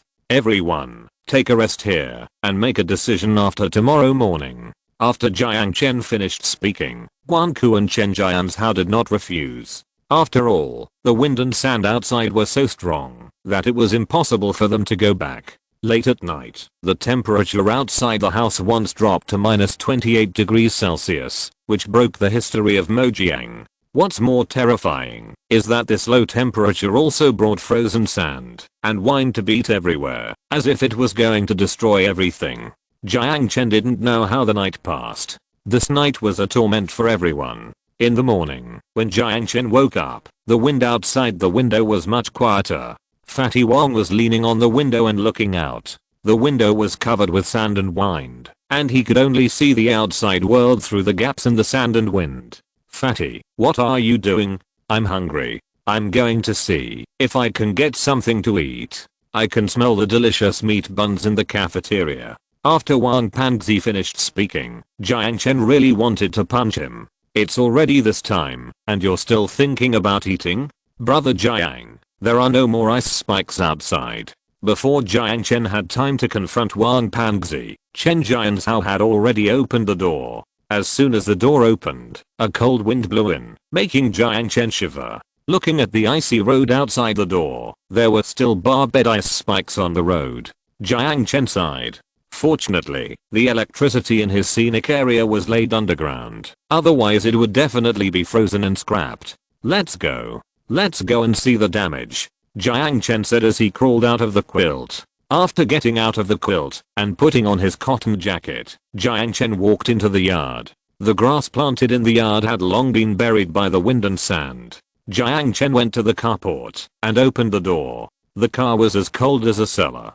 Jiang Chen started the Mercedes-Benz. The car could actually start. Jiang Chen looked at the fuel tank and couldn't help but sigh. It's really worthy of being Sahara's oil. Sahara oil is awesome. It's not frozen in such a cold day. After starting the car, Chen Jianzhao and Guanku also got in the car. Jiang Chen was about to call Fatty Wang, but Fatty Wang had already rushed to the canteen of Town. Looking at Fatty Wang's resolute back in the cold wind, Jiang Chen couldn't help but give him a thumbs up.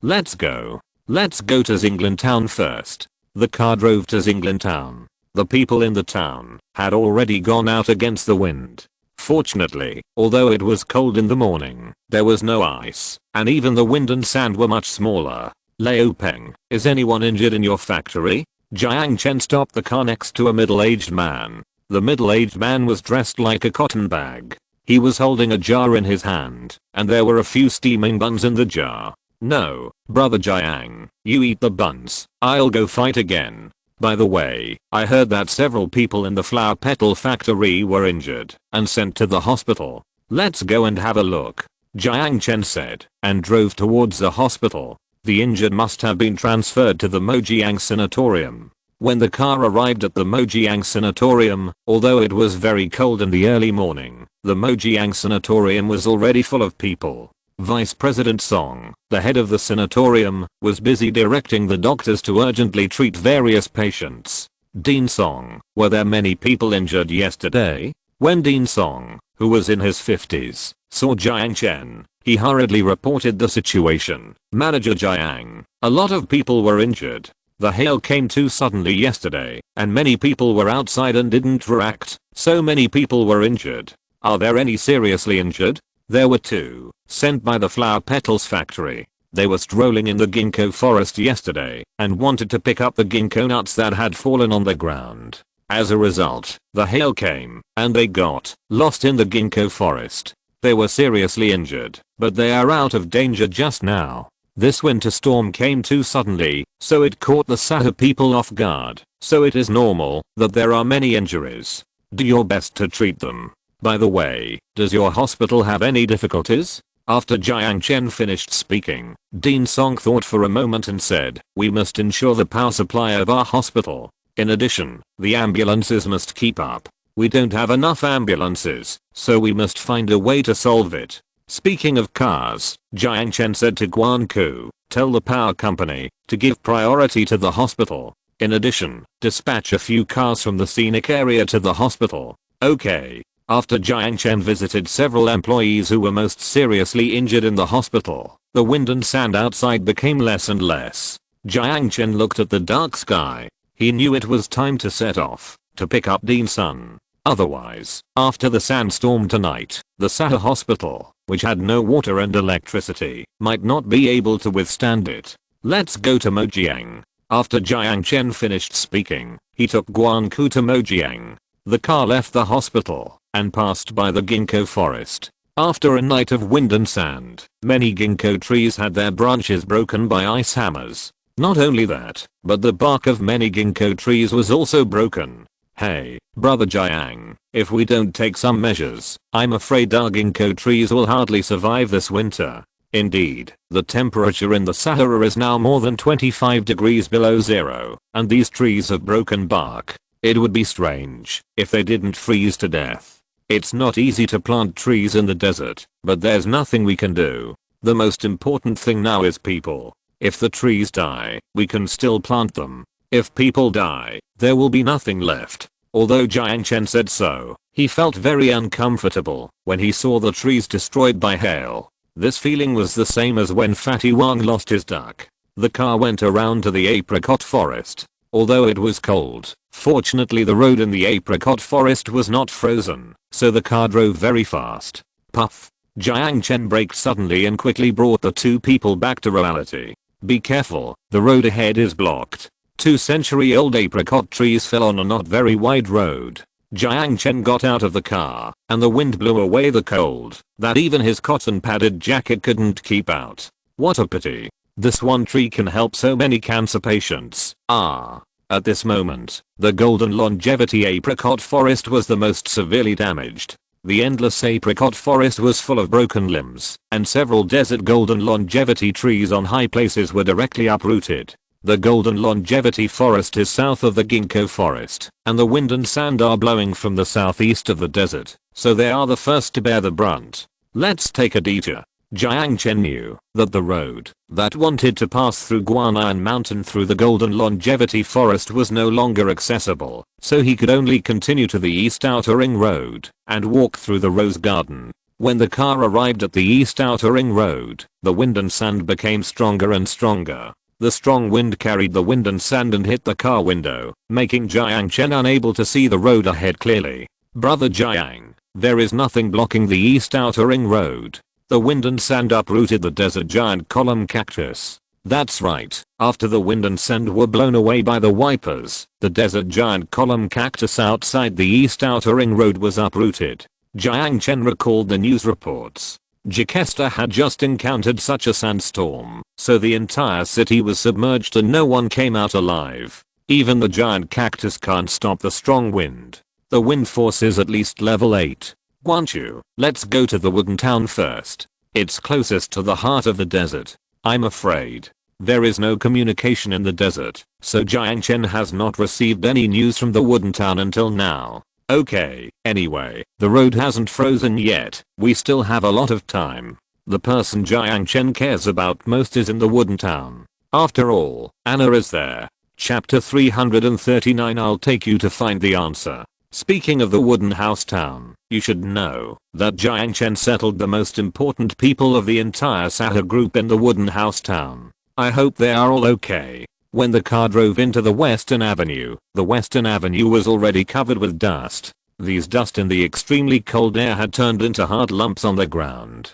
Fortunately, Jiang Chen's Sahara cement quickly released the heat stored in the summer, so the frozen soil melted quickly. The car did not slip on the warmed road, so Jiang Chen drove faster. When he arrived at the wooden house town, he looked from a distance and saw that the giant column cactus on the east side of the wooden house town was still there, and they still stood proudly in the strong wind.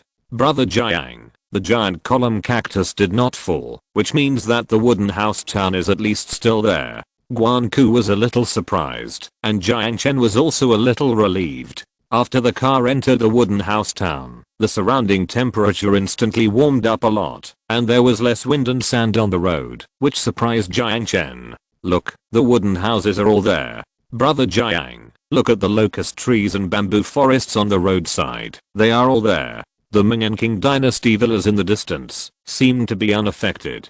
Jiang Chen continued to drive inside. The wind became weaker and weaker as the car drove inside. When Jiang Chen arrived at Cherry Blossom Avenue, there was no wind around. They could hear the roar of the wind and see the gloomy sky, but they just couldn't feel the breath of the wind. Jiang Chen parked the car in front of the Sahara Tourism College. There were soldiers standing guard with guns at the entrance of the tourism college. "Hello, Chief. Yes, was there no storm here yesterday?" The road surface of Cherry Blossom Avenue was very clean, as if the sandstorm had nothing to do with them. Report to the chief. Everything is normal here. After the soldier finished speaking, Jiang Chen breathed a sigh of relief. Guan Ku asked in confusion, "What's going on? How come the wooden house town is closest to the Sahara center, but it is the least damaged?" As Guan Ku was talking, Jiang Chen saw a beautiful figure walking out of the entrance of the tourism college. It was none other than Anna. Even the cold could not cover up the beauty of the 18-year-old Anna.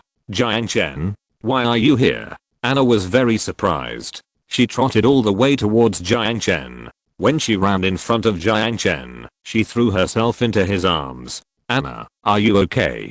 Jiang Chen looked Anna up and down carefully. After confirming that Anna was okay, he was relieved. "It's okay, I was just scared of the sandstorm at night," Anna said in a low voice, and suddenly she raised her voice and said, "But I moved to Sahara Tourism College.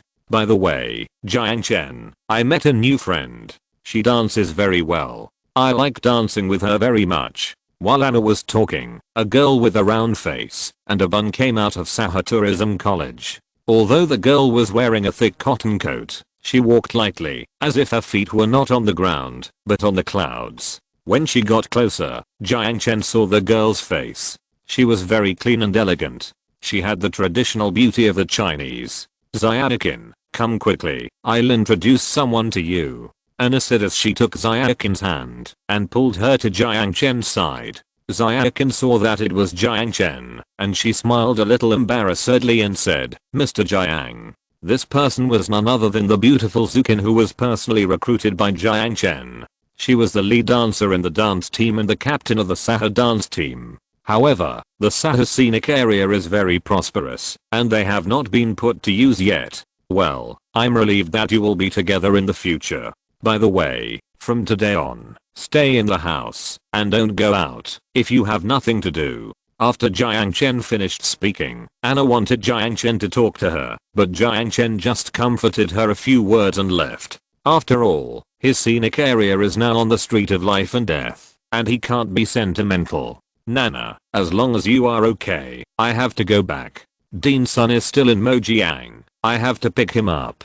After leaving Sahara Tourism College, Jiang Chen wanted to know why the wooden house town was less affected by the disaster. After all, this might provide him with more ways to protect the scenic area. After thinking about it for a long time, Jiang Chen suddenly remembered that he had planted more than 10 billion desert giant cacti at the end of the wooden house town. These more than 10 billion desert giant cacti are like a huge forest in the desert. Not only that, Jiang Chen also planted tens of billions of desert dogtooth grass at the end of the desert giant cactus. These dogtooth grasses are extremely tenacious, and now no one knows where they have grown to. "Brother Jiang, why is the wooden house town okay?" "President Guan, I will take you to find the answer." Jiang Chen drove towards the cactus forest. After saying that, the car passed by the Sakura Lake. The Sakura Lake was frozen. The Sakura Lake, which stretched for more than 10 miles, was frozen into a big ice lump. If it were a child, Jiang Chen would definitely go there to skate, but now, he was not in the mood. The car drove through a desert giant cactus forest that looked like a primeval forest. The further he went, the colder it felt. After driving for half an hour, he finally arrived at the border of the desert giant cactus. The wind roared over the border, and even through the car window, one could hear the earth-shaking roar of the wind. At the same time, Jiang Chen saw the wind-blown sand rushing towards the desert giant cactus forest. The foxtail grass in front of the desert giant cactus forest was also thrown into the sky by the wind. Looking at the desert giant cactus in front of the forest, being blown crooked one by one, and then one by one being blown into the sky by the wind, Guan Ku hurriedly urged, "Let's go, Brother Jiang. With such a strong wind, I'm afraid the wooden house town can't withstand it." Guan Ku's voice was very loud, but the car was filled with the roar of the wind, and Jiang Chen couldn't hear it clearly. "Let's go. It will take a few days for such a wind. to blow down all the giant cacti. Let's go pick up Dean's son first. Jiang Chen turned around and drove towards Mojiang County. After the car left, Jiang Chen knew that he had to go out to act at night. Since the desert giant cactus can withstand the strong wind, he will keep planting. If you blow away my 10 billion desert cacti, I will plant another 10 billion. My cacti are infinite, and I don't believe your wind can blow for a year. After leaving the scenic area, the car rushed to Mojiang. After leaving the Bermuda scenic area, Jiang Chen felt the cold as soon as the car arrived in Mojiang. Yes, it was cold, the kind of cold wind that penetrated into the car from outside. Jiang Chen couldn't help but tighten his cotton coat. He reached out and tried the air conditioner in the car. The air conditioner was still blowing warm air. Brother Jiang, it's so cold even with the air conditioner on. It's probably at least minus 30 degrees outside. As Guanku said this, Jiang Chen's car suddenly skidded. He hurriedly stepped on the brakes and stopped the car. After the car stopped, Jiang Chen looked at the icy road and said, "No, we can't drive on. The ice is too slippery. Install anti-skid chains. The new district is still far away from here. If they choose to walk to Sahara Hospital, they may have to walk for half a day to get there, and it will be dark by then." Chapter 340, Snowstorm in the Desert. The nights in winter storms are the most terrifying. The daytime temperature is now 30 degrees. It would be strange if the temperature is less than 35 degrees at night. 35 degrees below zero, what does that mean? Especially in Mojiang, where there is no water or electricity, there is only one way to go. Get out of the car and install anti-skid chains. Jiang Chen said, and the two of them opened the car door at the same time and got out of the car. As soon as they got out of the car, the cold wind blew over. When Jiang Chen exhaled, his breath froze instantly. After the two of them were busy installing the anti-skid chains for a long time, as soon as they got in the car, the wheels were frozen on the ice. Fortunately, Jiang Chen was driving an off-road vehicle, so he stepped on the accelerator, and as the car kept roaring, the ice on the ground soon cracked. When Jiang Chen drove the car with anti-skid chains past Mojiang County, from a distance, the entire Mojiang County seemed to have entered a world of ice sculptures. Thick ice formed on the streets, and layers of ice soil were frozen on the walls. Not only that, many windows along the street were frozen and cracked, but not broken. It was obvious that the icicles last night did not hit here.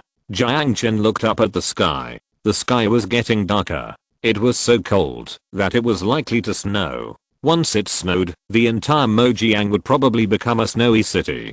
Fortunately, the Sand Management Bureau notified us early, otherwise it would be difficult for the people to survive such a cold winter. Jiang Chen felt fortunate for Mojiang, but just as he finished speaking, cars were seen on the street. Suddenly, doors opened one by one, and groups of people poured out of the street. These people were full of surprise. Although they were wearing cotton clothes, they were not very thick.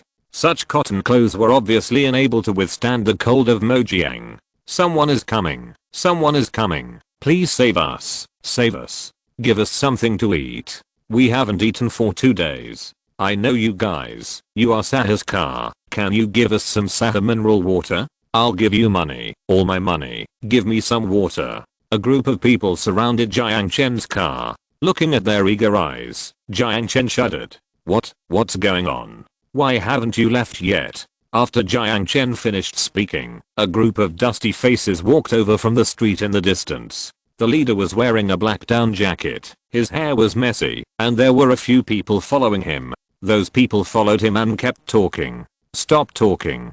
Our task now is to contact the provincial government as soon as possible and find a way to supply electricity.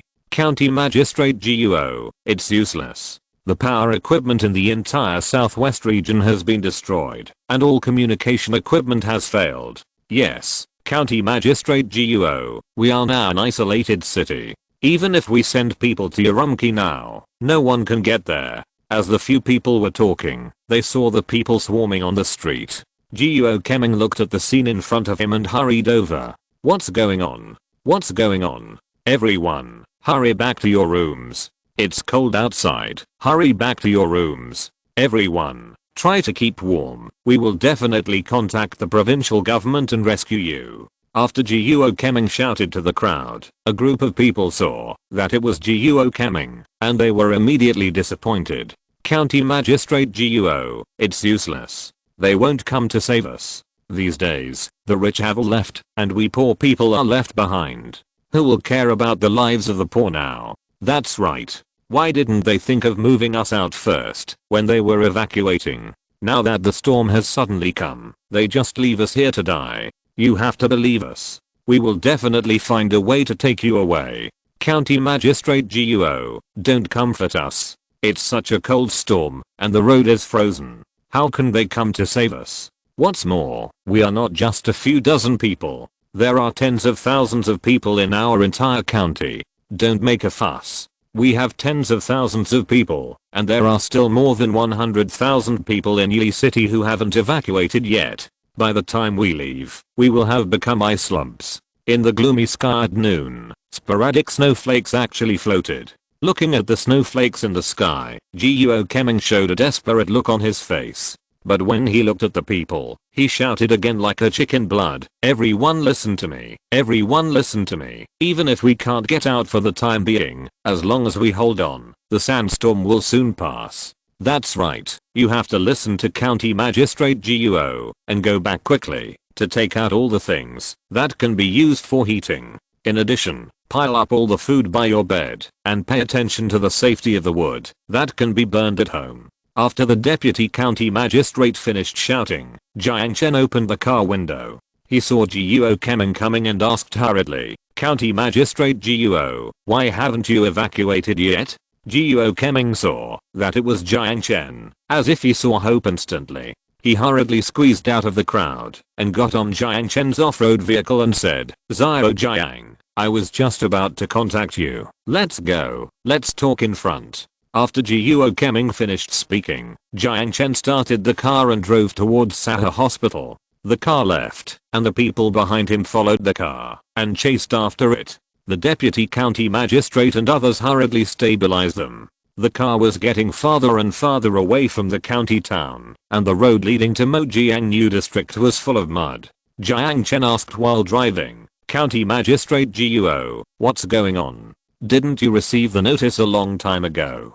Why haven't you evacuated yet? Oh, don't say it. I'm also worried. We should have evacuated half a month ago, but many people who evacuated from Xin province to Qing province returned to their hometowns, so the whole traffic was messed up. The province is doing ideological work on them, and it will be too late to send them to Qing province after the work is done. Which city are the people from? They left. Why did they come back? Isn't this a waste of time? After Guan Ku finished speaking, Guo Keming said helplessly, they evacuated, and people from almost every city and more than a dozen cities ran back. The reason for their return is very simple. Now the rich businessmen have raised the prices in Qing province too high, and the resources are limited. They can't live there, so many people have returned. Today's Qing province is not the same as before. The prices in Qing province are now extremely high. Originally, an egg only cost 50 or 60 cents. Now an egg has risen to 2 or 3 yuan. Eggs are like this, not to mention vegetables and meat. Not only food, but also clothing, has gone up in price. A cotton padded jacket that originally cost 500 or 600 yuan now costs several thousand yuan. Many people arrived in Qing province and found that they were living in tents, with dozens or even dozens of people squeezed together in the tents, so they left decisively. Guo Keming said helplessly, and Jiang Chen looked at Guo Keming and said, it's such a time. County Magistrate Guo, how many people are there in Mojiang now? There are at least 60,000 people in Mojiang now. Now the transportation lines are cut off, and the electricity is gone. Yesterday the temperature was as low as 30 degrees and many people got sick from the cold. This morning, Laoliu counted that at least a lot of people got frostbitten last night. What worries Guo Keming the most is that the temperature last night was not the lowest temperature. Now there are some small snowflakes floating in the sky. Guo Keming is worried that the temperature tonight will be lower than yesterday. County Magistrate Guo, it hailed in our scenic area yesterday. I estimate that it may hail in Mojiang tonight. You must be prepared for countermeasures. Chapter 341 I can't bear your bow. As they were talking, they rushed to Sahara hospital, which was overcrowded. Dean's son and a dozen doctors were busy all the time. The patients were shivering in the hall. The beds in the hospital were also transported to the scenic area, so they could only sleep on the floor. Dean's son, I'm here to pick you up. Hurry up and pack up, and follow me back to the scenic area. Jiang Chen shouted to Dean's son. Dean's son looked up and saw that it was Jiang Chen.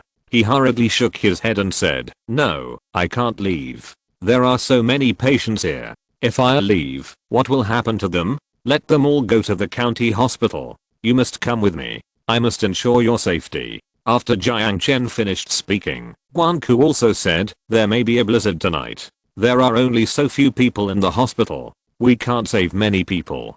Dean's son, come back to the scenic area with us. The temperature in our scenic area is much higher than here. Not only that, our scenic area has electricity and air conditioning, where you can avoid this cold winter. After Guanku finished speaking, Jiao Keming's eyes lit up. He looked at Jiang Chen and asked, Zio Jiang, is there electricity in your scenic area? How many degrees higher is the temperature in your scenic area than here? After Jiao Keming finished speaking, Guanku's face darkened. He knew he had said the wrong thing. Now everyone wants to live, and no one wants to die in the winter storm, so Jiao Keming will definitely have his eyes on his own scenic area. No, our scenic area has limited electricity, which can barely be used by our Sahara employees. After Guanku finished speaking, Jiao Keming looked at Guanku and said, President Guan, I beg you to save our people. If they can't move out today, the temperature in the entire Mojia will drop to -35 degrees Celsius when the blizzard comes. If the hail breaks their windows and there is no air conditioning in the house, the people can only freeze to death here. After Jiao Keming finished speaking, Guanku hurriedly shook his head and said, no, we can't save so many of you. Our houses are also limited, and if we give our houses to you, where will we live? Our employees stayed because they believed in us, and we must at least ensure their safety. It is so difficult to survive a winter storm now. They must first solve the heating problem. Sahara Scenic Area has 2 power stations. One supplies the Bermuda Scenic Area and Sahara Energy Renewable Group, as well as several companies in the scenic area that have not moved out. The other power station will supply the Grassland Scenic Area and the Wooden House Scenic Area. Nowadays, all scenic spots, all wooden houses, and all people all need to turn on air conditioning for heating, so the electricity consumption is extremely high. Not only that, the canteen, the cattle and sheep in the Grassland Scenic Area also need electricity. So it is good that these 2 power stations can supply enterprises and scenic spots. We don't live in your wooden houses, we build our own wooden houses. As long as the temperature in your scenic area is a few degrees higher than ours, we will have fewer deaths. Indeed, Mojiang has no electricity anyway, and it will only be colder if Mojiang faces the cold storm head on. At least in the Bermuda Scenic Area, there are so many big trees as a barrier. President Guan, if you can, please save them. We are all children of China. We can't just watch them all freeze to death in Mojiang. After Dean's son finished speaking, the poor patients lying in the hospital also looked at Guanku in unison, and they also begged one after another. Just save us. Just let us live in the scenic area. Our home is too cold. I'm not afraid of cold, but my child is only a few months old. He will freeze to death. Save us. We can stay here, but can you take my child to the scenic area? This is my child.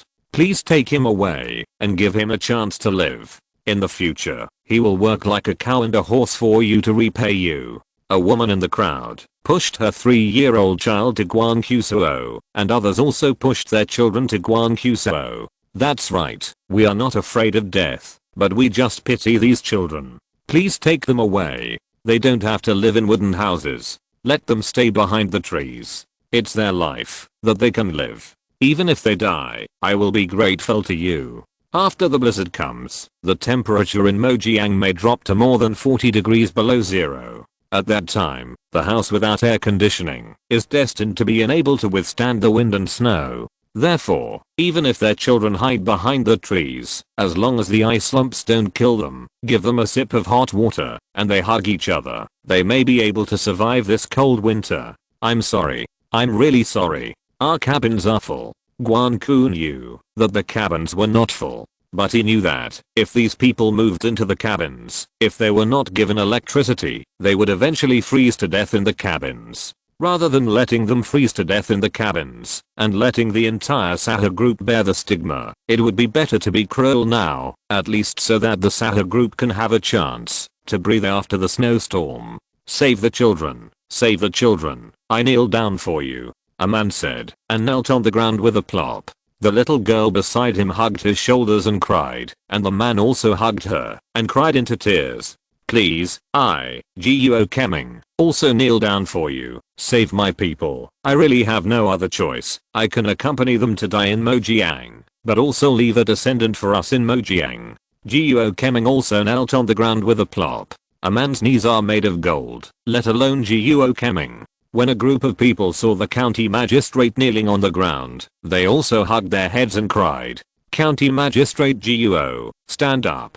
The worst that can happen is death. Have we, the people of Mojiang, ever been afraid of death over the years? Even if we die, we will die standing upright. The people of Mojiang will never succumb to the desert. Even if the wind and sand turn them into pieces of meat patties, they will stand in the sea of fire and swords to be the last bastion of their hometown. We are all sons and daughters of China. How can I watch you die in Mojiang like this? County Magistrate Guo, stand up, take your people, prepare your things now, and follow me back to Sahara. After Jiang Chen stretched out his hand to pull up Guo Keming, Guan-ku also sighed and said, forget it, forget it. We are all sons and daughters of China. Let's go to Sahara with us. Whether we can survive this winter or not, everything depends on fate. Thank you. Thank you. You are the reborn parents of the people of Mojiang. As long as we, the people of Mojiang, are still alive, we will never forget this kindness today. After Guo Keming finished speaking, he burst into tears of gratitude. He knelt down and was about to kowtow to Jiang Chen. Jiang Chen hurriedly pulled him up. Jiang Chen, could not bear the kowtow of such a parent official. Thank you, thank you. You are the parents of us Mojiang people. We will be forever grateful to you. A group of people also cried excitedly. They didn't know whether the road ahead would be life or death, but if they could go to the Mojiang scenic area, they would be one step closer to life. Chapter 342. I'll accompany you if you die. At Sahara Hospital, as the sky outside became even darker, Jiang Chen looked at Guo Keming and said, County Magistrate Guo, you should hurry back to organize the people. After I pick up Dean's son, I will bring a motorcade to pick you up in the afternoon. You'd better let the people go to the side of Highway 1, so that we can pick them up much faster. Highway 1 was not frozen, but Mojiang Highway was frozen, so Jiang Chen's best solution was to let them wait on the frozen roadside. Okay, I'll get ready, Guo Keming said, and then he got in a hospital car and rushed to the old county town of Mojiang. At the same time, Jiang Chen asked the hospital staff to drive the remaining 7 or 8 ambulances in Sahara Hospital with the seriously injured patients and Dean's son and others to the Sahara scenic area. When the car reached Highway 2, Jiang Chen looked at Guan-ku and asked, President Guan, how will they be arranged later? The people we picked up today can only be arranged in Lavender Manor first. We will make a decision when Lavender Manor is full. Guan-ku did not dare to let them live in the wooden house town, because he was not sure whether the winter storm would blow down all the giant cacti in the desert outside the wooden house town. Okay, by the way, what's the matter with our insufficient electricity? Don't we have 2 power plants? Now so many enterprises in Sahara have stopped. How can there be insufficient electricity? After Jiang Chen finished speaking, Guan-ku sighed and said, our factories and other things have stopped, but in the past half month, the desert has always been gloomy, and our photovoltaic power stations have all stopped. Now the electricity we use is generated by the windmills in the power plant, and the electricity generated by the windmills can barely be used by our own people. Therefore, even if the wooden houses were distributed to the people of Mojiang, Guan-ku would not provide them with all-weather heating. Well, this is indeed a problem. Jiang Chen thought about it, and suddenly he thought of the super windmill power generation seeds he received some time ago. Now that he has this thing, electricity will not be a problem. Leave the electricity problem to me. Jiang Chen began to plan as he spoke. He must build the windmill in the place with the strongest wind, so that not only can the storm blow his windmill to generate electricity, but also can effectively prevent the storm from invading his scenic area.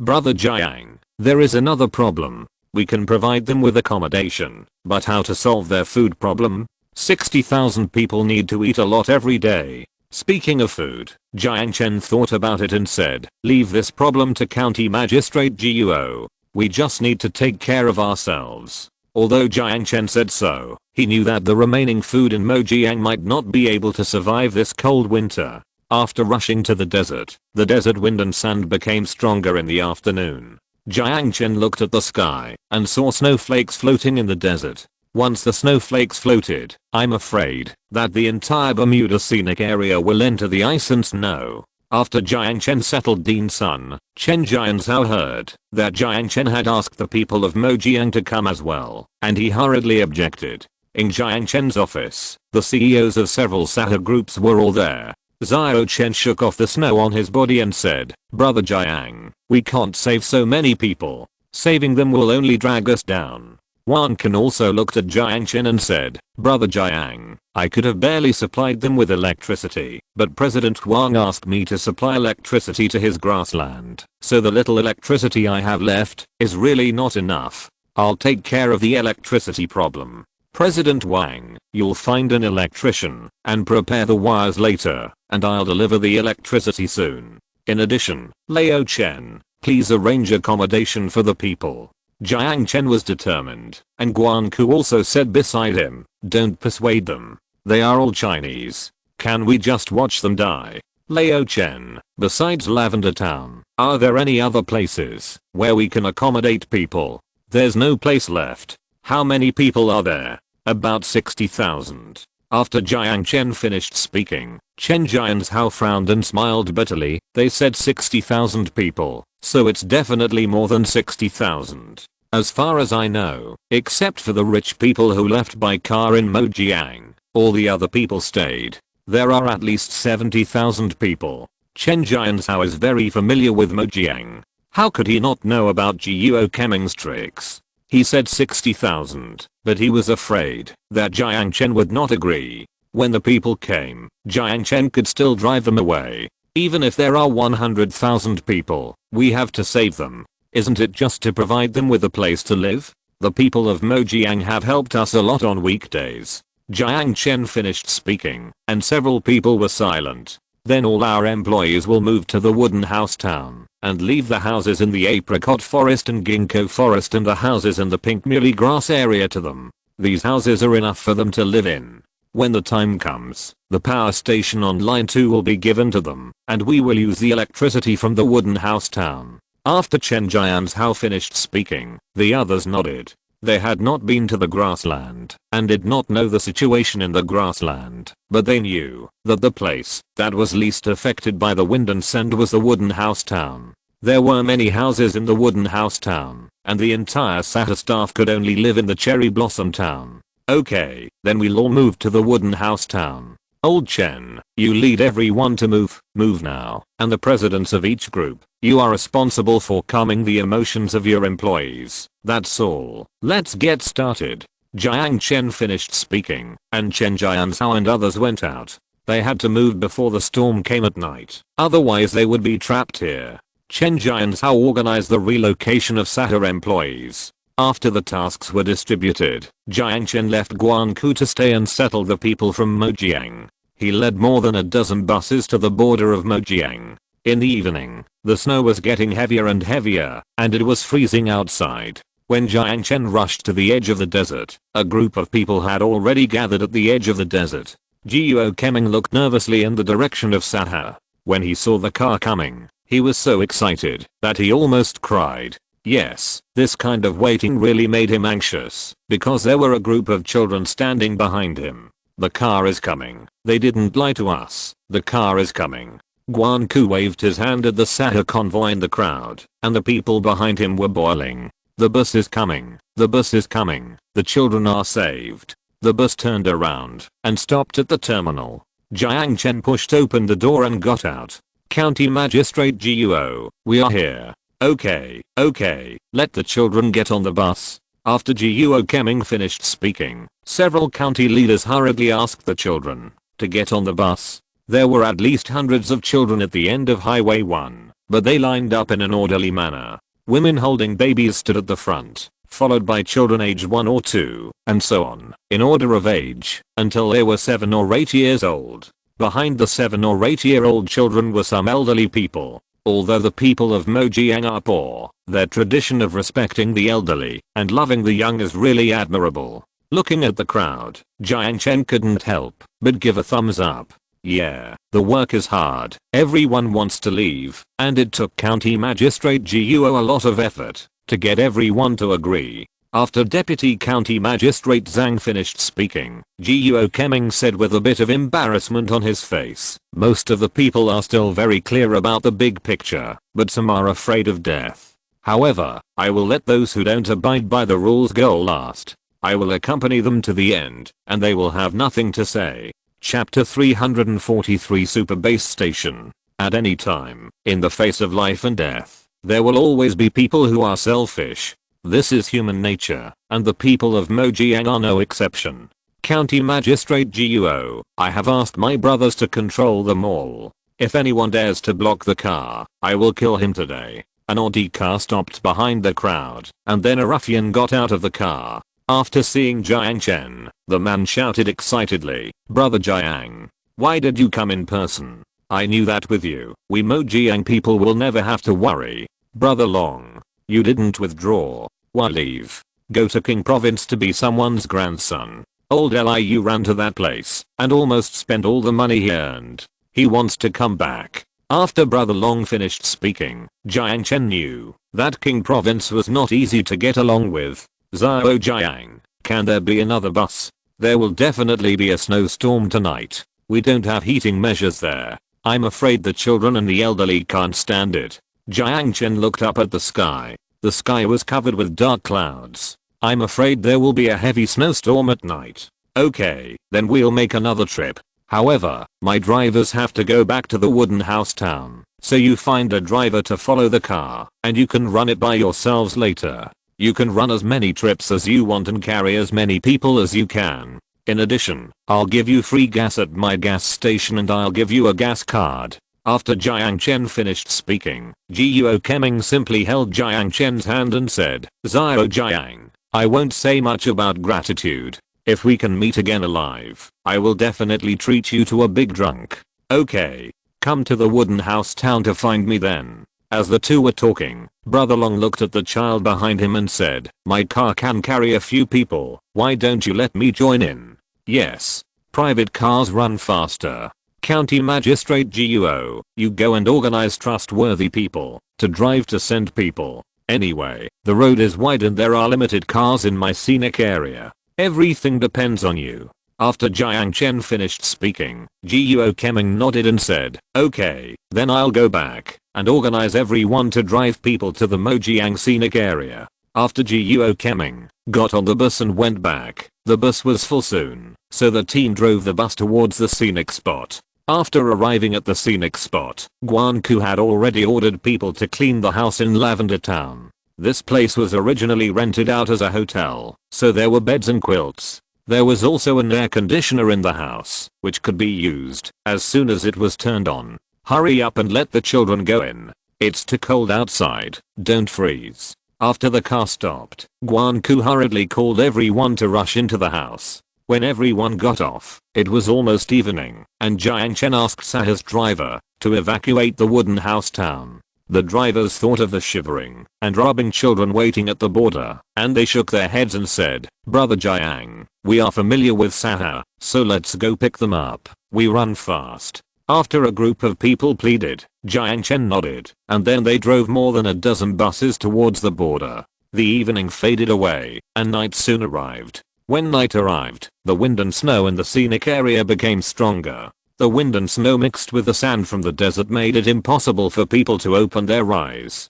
Jiang Chen waited in the Lavender Manor town until the last bus arrived, and he breathed a sigh of relief. Brother Jiang, the wind and snow are too strong. We can't run anymore. We have asked the remaining people to go back to the county. Brother Long said in the car. Jiang Chen nodded and said, okay, we will run here today and run again tomorrow. Brother Long, have you transported all the children? The 4 or 5-year-olds have been transported, and the others can only be transported tomorrow. Come in. Brother Jiang, all the houses are connected to electricity. I have already told County Magistrate Song that only the air conditioner should be turned on at night, and the lights are not allowed to be turned on. Save as much electricity as possible. After Guan Ku finished speaking, Jiang Chen was afraid that it would hail again, so he nodded and asked several people to go back to their respective houses. After everyone went back to their houses, Jiang Chen's cell phone suddenly rang. Oh my god, someone is calling me at this time. The air conditioner was humming in the bright wooden house, and the house was very warm. Jiang Chen was not wearing much. He looked at his phone next to the desk.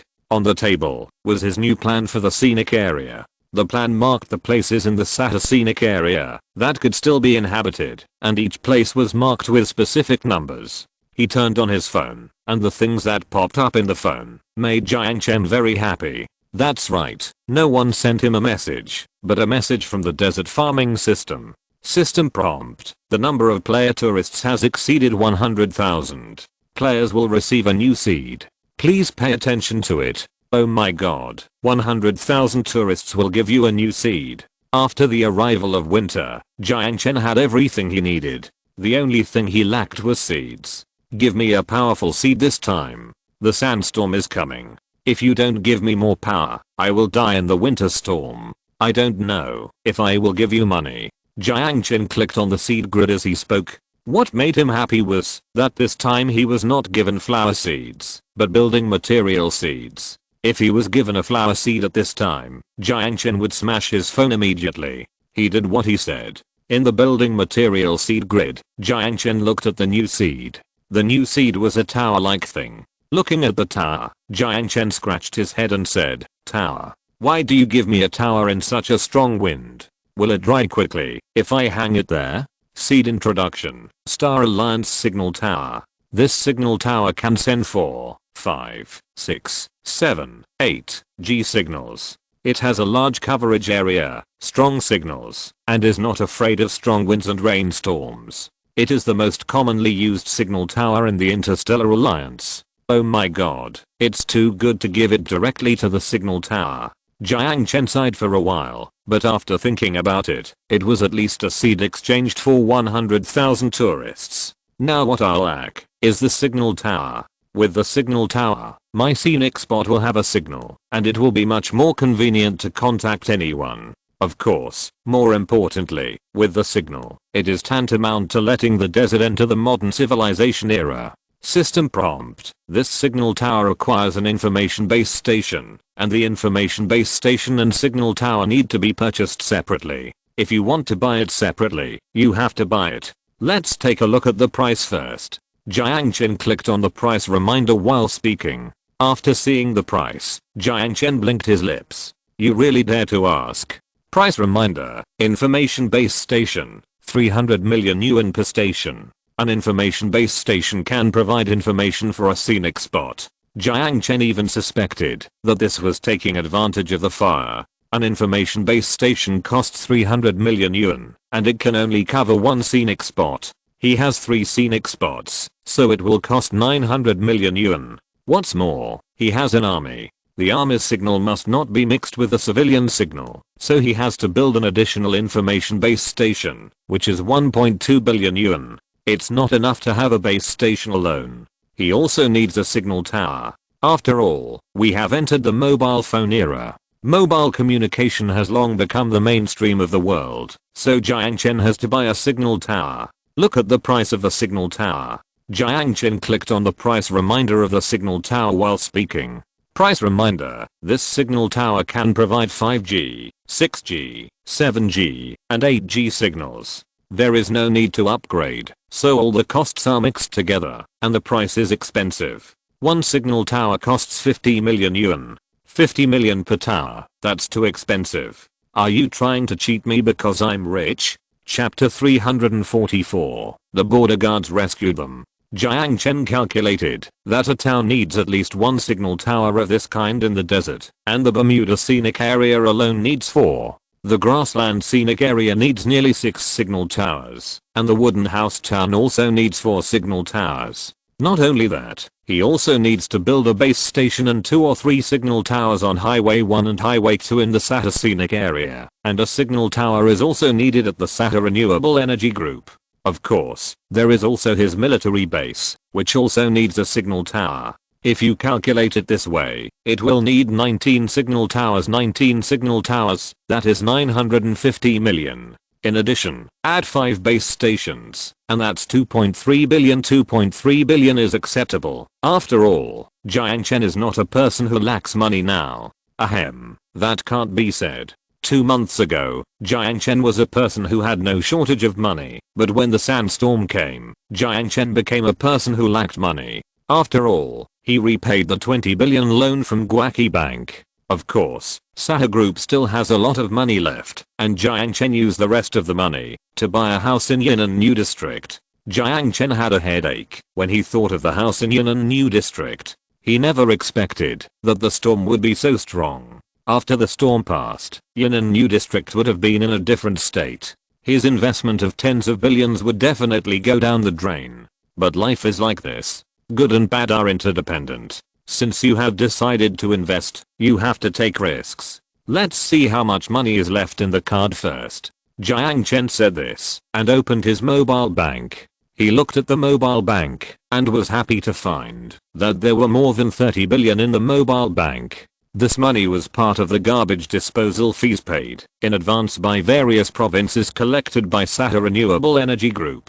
30 billion is enough. Jiang Chen said this and drove towards the scenic area. He knew that he had to build all the base stations and signal towers in the night. Otherwise, without communication, who knows how many people would die in the blizzard that night. After leaving the wooden house, Jiang Chen built the signal base station of the Bermuda scenic area in the middle of the scenic area. In the dark night, he braved the wind and snow, planted the base station, and then drove to the Kyoan scenic area. After planting a signal tower in the Kyoan scenic area, Jiang Chen went to the Rose Garden scenic area. After Jiang Chen planted signal towers in the Rose Garden scenic area, the Lavender Town scenic area, and the Ginkgo scenic area, his task was finally completed by 1/4. At night, the wind and snow became stronger and stronger, but fortunately there was no hail, so Jiang Chen was not in much danger. Walking on the outer ring road at night, the street lights were still on, and the road in the distance disappeared in the wind and snow.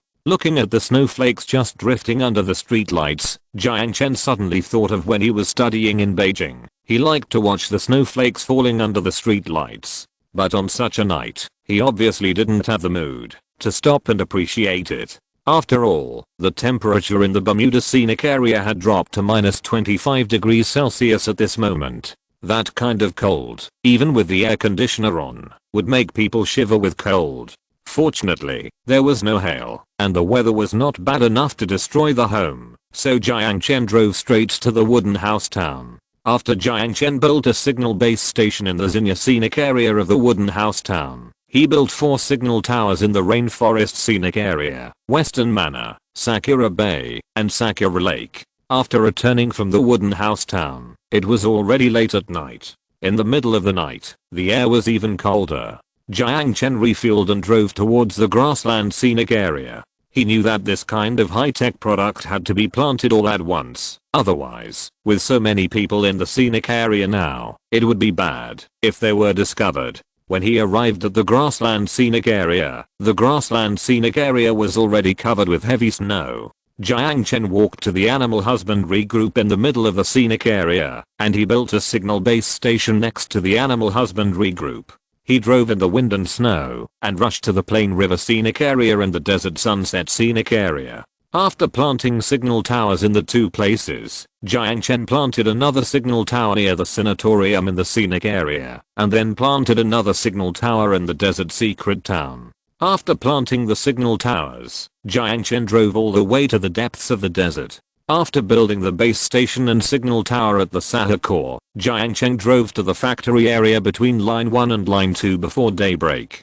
After planting the signal base station in the factory area, Jiang Chen planted signal towers and base stations at the Sahara Renewable Energy Group on the first and second line roads. After planting the signal towers, he insisted on ensuring that the parking lots, warehouses, and gas stations in the middle and on both sides of line 1 and line 2 could be covered by the signal. He nodded with satisfaction. After everything was completed, it was already daybreak, and the wind and snow weakened a lot after daybreak. Jiang Chen drove straight to the end of line 1. At the end of line 1, thousands of people gathered before daybreak. These were the people waiting to be transferred. Jiang Chen was also at the transfer point. In the distance, buses drove in from the depths of the desert. When they saw the buses coming, a group of people swarmed towards the buses. Seeing this, Jiang Chen hurriedly took a loudspeaker and shouted at the crowd, "Don't crowd, line up, line up." Jiang Chen shouted, but no one paid any attention to him. Jiang Chen squeezed to the door, and several people shouted at him, "You are noble, you are not afraid of death, we are afraid of death, get out of my way. Queue up, go back to line up. No one can leave without queuing up. Get out of the way." Several people who were about to squeeze to the door knocked Jiang Chen down with a punch. After Jiang Chen fell to the ground, they stepped on Jiang Chen and squeezed towards the door. The driver saw people squeezing in. He hurriedly closed the door, and a group of people smashed the door frantically. "Open the door, UTMD, open the door for me." After several people said this, they kicked the door fiercely, and soon the door was kicked flat. Don't worry, everyone go back to line up, go back to line up." When Jiang Chen was lying on the ground, he kept shouting at the crowd, but everyone wanted to live, and no one paid any attention to him. Bang! A gunshot rang out in the crowd, and soon everyone quieted down. Jiang Chen pointed a pistol at the crowd near the car door and shouted, "Get out of the way, all of you. Line up at the back of the line and let the children get on the bus first. Why? Why do you let us line up at the end? Open the door quickly and let us in. No reason. This is my scenic spot and I'm the boss. You bastards, get the hell out of here. From now on, no one who doesn't line up is allowed to enter the scenic spot." A group of people wanted to hit Jiang Chen, but gunshots were heard in the distance, and then a group of people crowded at the car door fell to the ground in fear. After they lay on the ground, a dozen border guards came up and helped Jiang Chen up. Then they pointed their submachine guns at the crowd behind them and shouted, "Going to the Sahara scenic area is a gift from Boss Jiang to us. If you don't abide by the rules, then you all can forget about going to the Sahara scenic area. Anyone who squeezes here again will be killed. Extraordinary times call for extraordinary measures." After the border guard finished speaking, he pointed at a few troublemakers and shouted, "All of you get up and go to the back of the team immediately. Now we'll give you one last chance, otherwise don't blame us for shooting you all." If you're listening to this novel on a channel other than Fanfic World, it means they downloaded and uploaded it without effort. We cordially invite you to visit our channel, Mundo Fanfic Novelos. There you'll find the original version of this story and you can explore many other novels of various genres. We're waiting for you to immerse yourself in a world of incredible novels. Chapter 345. Food is used on the blade. Under the threat of gunfire, the people who smashed the door could only hold their heads and walk towards the back of the crowd. When they walked to Jiang Chen looked at them and said, "You are not great. You don't want to die. Who here wants to die?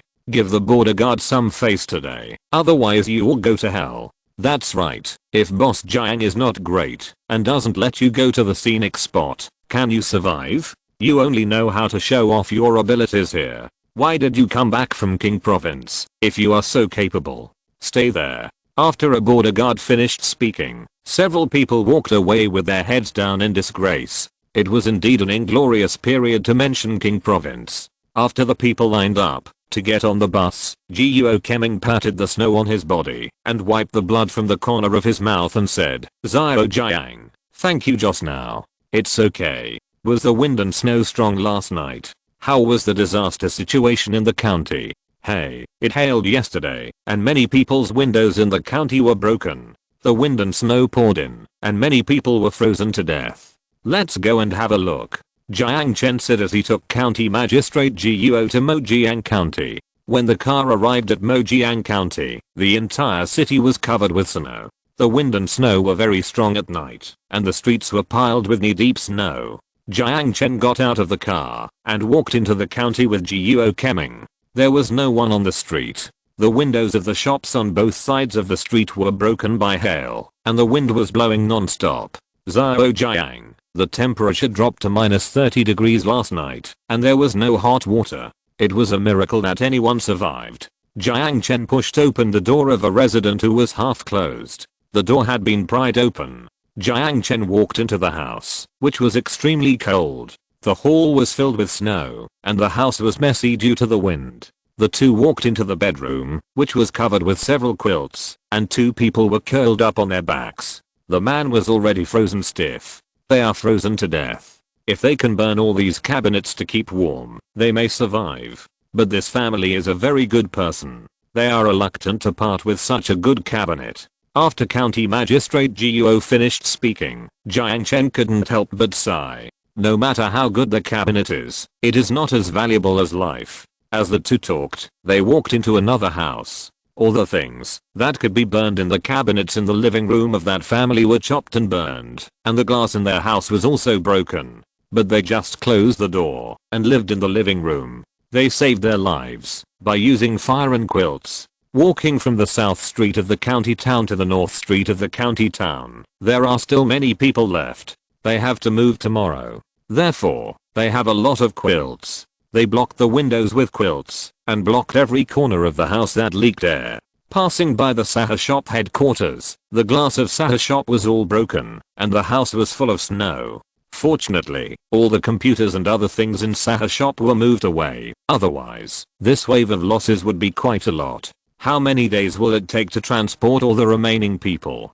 Jiang Chen finished speaking, and he tightened his clothes. Although such a thick cotton coat was hard to block the cold wind in the desert, Jiang Chen walked towards the Mercedes-Benz while talking. Guo Keming followed behind Jiang Chen and said, "It will take at least 2 days. Use your car during the day, and use our county's car at night. We will transport people 24 hours a day." Okay, I estimate that all the houses in the Bermuda scenic area will be vacated for you to live in this afternoon. In addition, as for food, you have to find a way to solve it yourself. The food in our scenic area is only enough for our Sahara employees to survive this winter. Speaking of food, Guo Keming nodded and said, "Don't worry about it. I have asked the county's trucks to transport all the food from various supermarkets to the Bermuda scenic area via line 2.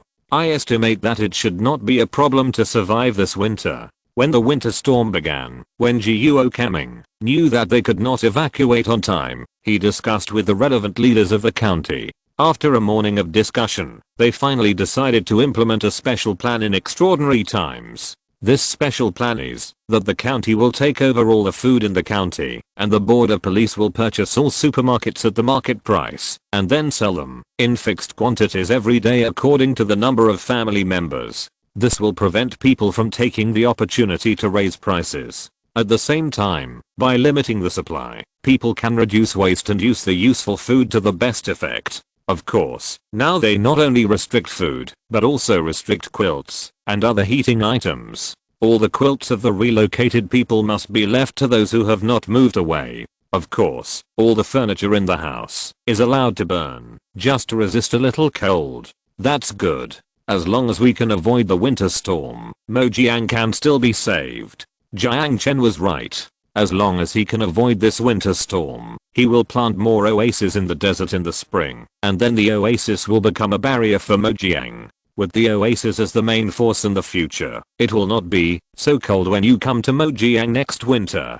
County Magistrate Guo, County Magistrate Guo, I finally found you. Mayor Ma sent me to inquire about the disaster situation in Mojiang. I just went around the county. Why is Mojiang so severely affected by the disaster? Just as Guo Keming and Jiang Chen were about to get in the car and leave, a jeep drove over from a distance. A man jumped out of the car. Jiang Chen and Guo Keming knew this man. "Mayor Wang, why are you here?" Is the situation in the city okay? After Jiang Keming finished speaking, Deputy Mayor Wang nodded and said, "It's okay for now. The power in the city is also out, but there is no blizzard.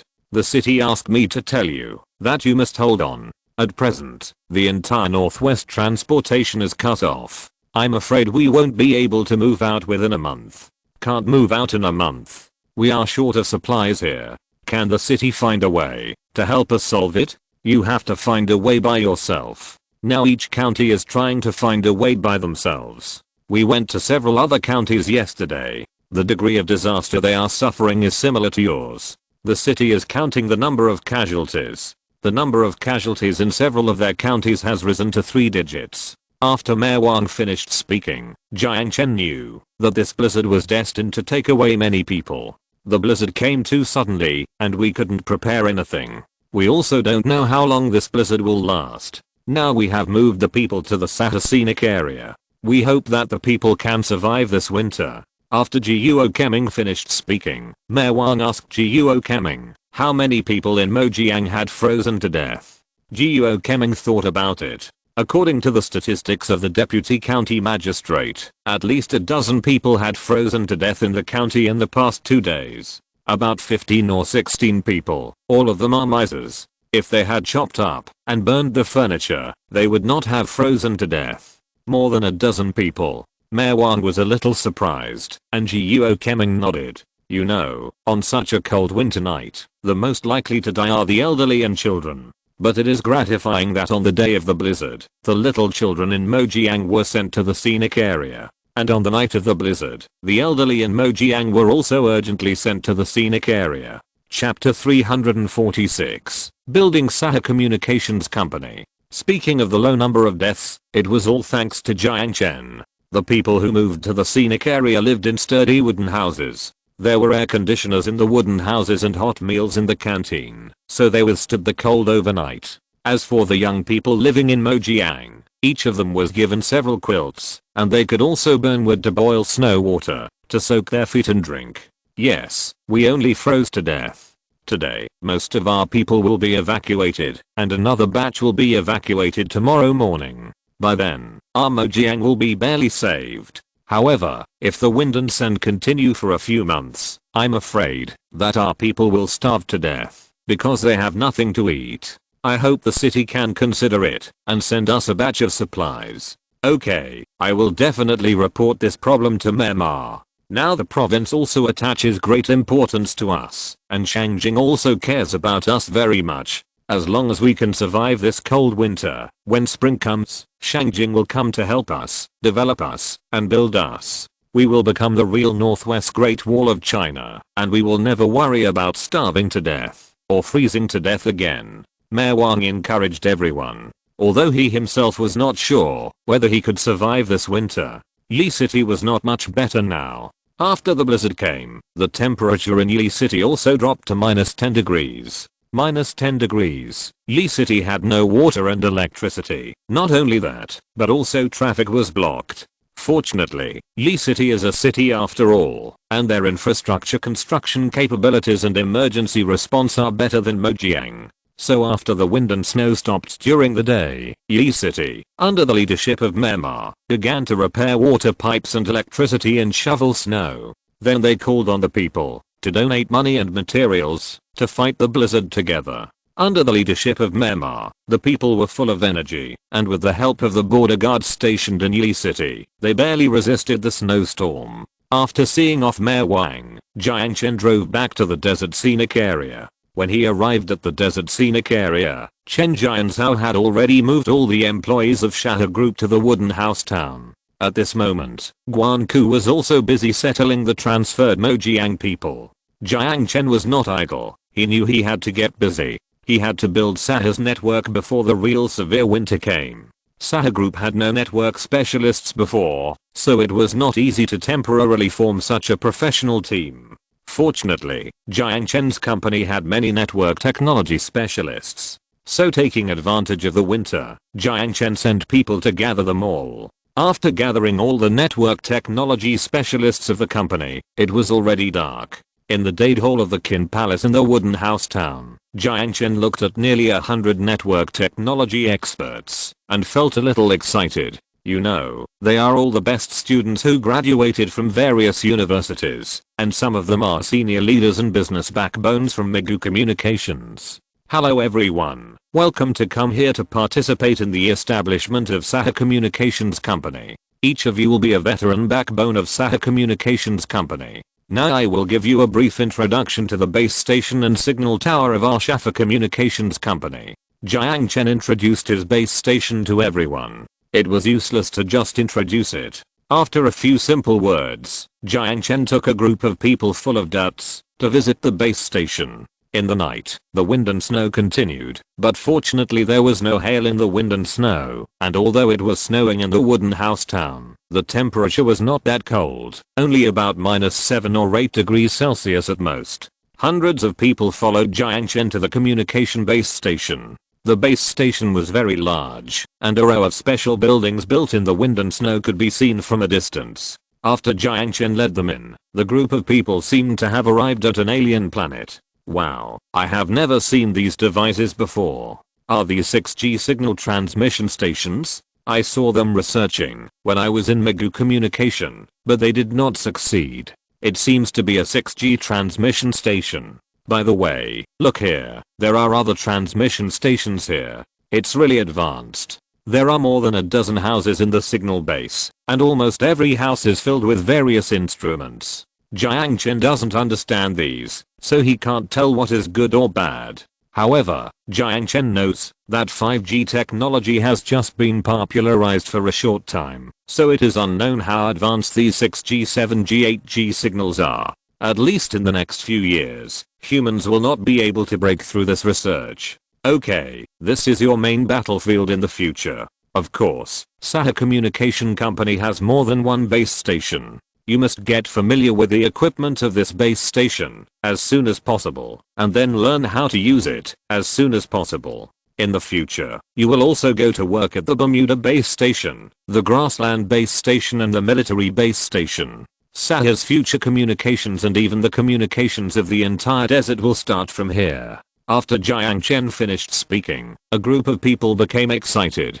After all, they are now completing a human feat, a feat that has never been climbed in human history. 2 years ago, deserts all over the earth underwent earth-shaking changes. No one knew what happened. They only knew that the desert began to ravage the entire world. Humans have tried countless times to find the reason for the ravages of the desert.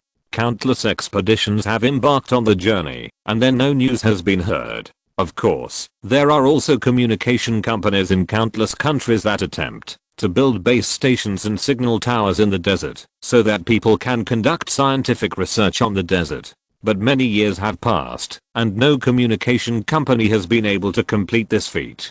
Therefore, building communication equipment in the desert has become the Mount Everest of the communication industry. No matter who completes this project, he will become famous all over the world. After Jiang Chen introduced Sahara Communication Company to everyone, he selected Yang Sheng, an executive who had worked in China Mobile, to be responsible for the construction of Sahara Communication Company. After Yang Sheng took office, Jiang Chen asked him if he needed any help, and Yang Sheng began to think. Now all the companies in Sahara have only one thing to do, that is, to fully support the construction of Sahara Communication Company. Brother Jiang, it is not enough to have base stations and signal towers alone, we must have electricity. Speaking of electricity, Jiang Chen decided to find Wang Can at dawn. At night, the people of the communication company began to study the base station under the leadership of Yang Sheng. At the same time, the deputy general manager of the communication company also took a group of people to Sakura Bay to study the communication tower.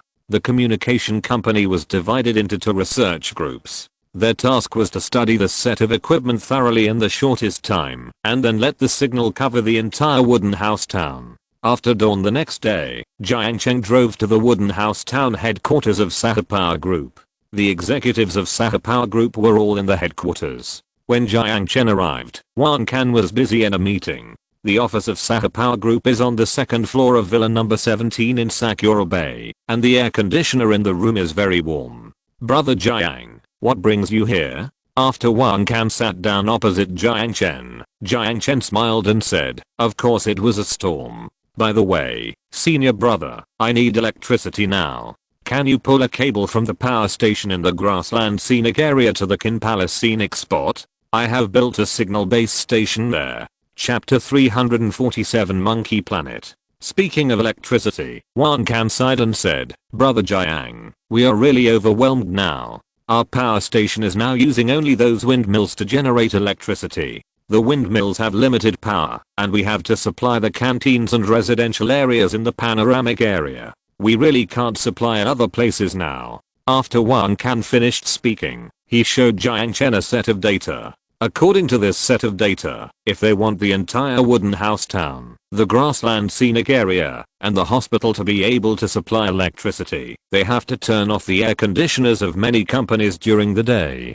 Is there really no way to save more? There is really no way. I'm still planning to stop the air conditioning in all the office areas of the power group starting tomorrow. Besides, that signal base station still needs so much electricity every day, which is simply not enough. After Wang Can finished speaking, Jiang Chen remembered that he had promised to provide Wang Can with extra power some time ago, and thought that now is the time to help Wang Can share the pressure. "Okay, then we won't use the electricity from this power plant. You take the workers from the power plant and set up the wires to the signal base station while the weather is not too cold. I will help you solve the electricity problem." Jiang Chen walked out the door. After he finished speaking, Wang Can didn't know how Jiang Chen would help him share the electronic pressure, but the desert was a place full of miracles, so he believed that Jiang Chen could create this miracle. In the early morning, Jiang Chen was ready to build a power station, and Wang Can also led people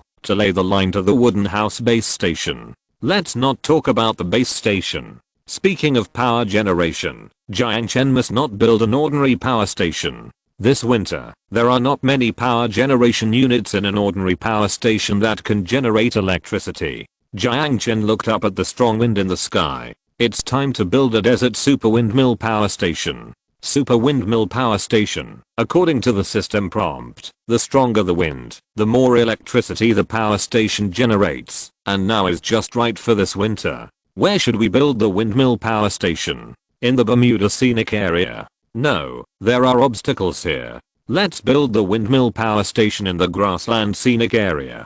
There are no obstacles outside the grassland scenic area, and the wind there must be stronger. Of course, building the windmill power station in the grassland scenic area can not only save land, but also be used as a scenic area after winter is over. After all, a windmill that can use a level 10 gale as a tickle is something that not only the Chinese people, but even the Americans have never seen. Jiang Chen drove towards the grassland scenic area. When he arrived at the grassland scenic area, the vast grassland was covered with ice and snow everywhere. The ice and snow covered the grass as deep as the knees. Why is there such a heavy snow on the grassland? The snow in the wooden house town was very light these 2 days, so Jiang Chen was really surprised to see the snow on the grassland. It's good to have snow and wind. After all, severe winter is coming soon. Severe winter is the coldest time of winter. If there is no snow and wind covering the grassland, I'm afraid the grass on the grassland will be frozen to death. Jiang Chen drove along the road to the westernmost part of the grassland. At the border between the grassland and the desert, there are piles of sand dunes like mountains. Those sand dunes are like waves across the endless grassland. The wind from the depths of the desert is still roaring in the distance. Jiang Chen looked at the wind and sand in the distance. The wind and sand pushed the huge sand dunes and soon submerged a large number of grasslands. This wind must be at least level 6. Jiang Chen said that he felt that the car was moving backwards. The wind is strong. My power station is afraid of no wind. Thinking of this, Jiang Chen stretched out his hand to push open the car door and got out of the car. After getting out of the car, the wind blew the car door shut with a bang. The wind outside the car was too strong. The wind blew on the face, and it was impossible to breathe. Damn, such a strong wind. Jiang Chen covered his nose with his hand, then quickly took out his mobile phone. Without saying a word, he opened the farming app and selected the super windmill power station seed. Hurry up and plant one and try it. Jiang Chen said as he planted the windmill at the junction of the yellow sand and the grassland. After the seed fell to the ground, there was a loud rumbling sound, and the earth began to tremble, making Jiang Chen think that the mountain collapsed. At this moment, a tall building appeared in front of Jiang Chen in an instant. Everything seemed like a dream, but the windmill power station really existed. Looking at the windmill power station, this thing is really tall. When you look up, it rises straight into the yellow sand sky and you can't see the end. Jiang Chen couldn't see how high the windmill was, but the tower was really big. Jiang Chen looked up and saw that the base of the tower occupied nearly 10 acres of land. The white desert windmill power station stood proudly in the desert and soon turned against the wind. When the windmill started to turn, the buzzing sound suppressed the sound of the sandstorm. Soon, the huge windmill blew away the yellow sand in the air. Jiang Chen could see the entire super windmill power station clearly. One blade of this super windmill power station was nearly as high as a 10-story building. When the 3 blades turned, the ground began to tremble. As the windmill power station turned, Jiang Chen, standing behind the windmill power station, could not even feel the wind in the desert. This desert super windmill power station really had the effect of blocking the strong wind.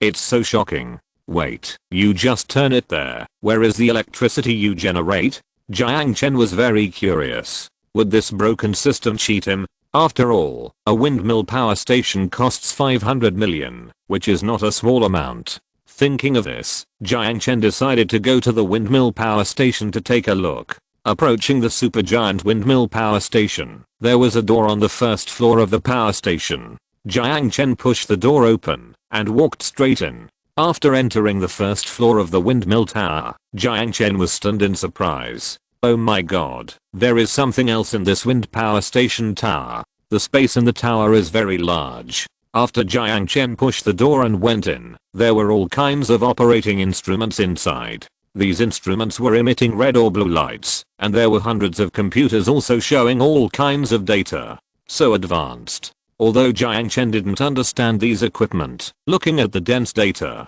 Jiang Chen knew that this must be future technology. It was still early. Jiang Chen decided to study this wind power station carefully, so he continued to walk up. This tower is like a high-rise building. It looks like a wall from the outside, but it is actually tempered glass. It is transparent when you look out from the inside. When he walked to the second floor, there were also all kinds of instruments on the second floor. Jiang Chen didn't dare to move. After admiring it for a while, he continued to climb. When he climbed to the middle of the tower, the various equipment became less, and there were many rooms on the tower. If Jiang Chen guessed correctly, these should all be for the workers to live in. With so many rooms, I can enjoy the scenery of the desert in the distance. If I convert it into a hotel, wouldn't it be so expensive? Jiang Chen sighed as he spoke. Unconsciously, he was filled with the smell of money. What a hateful life.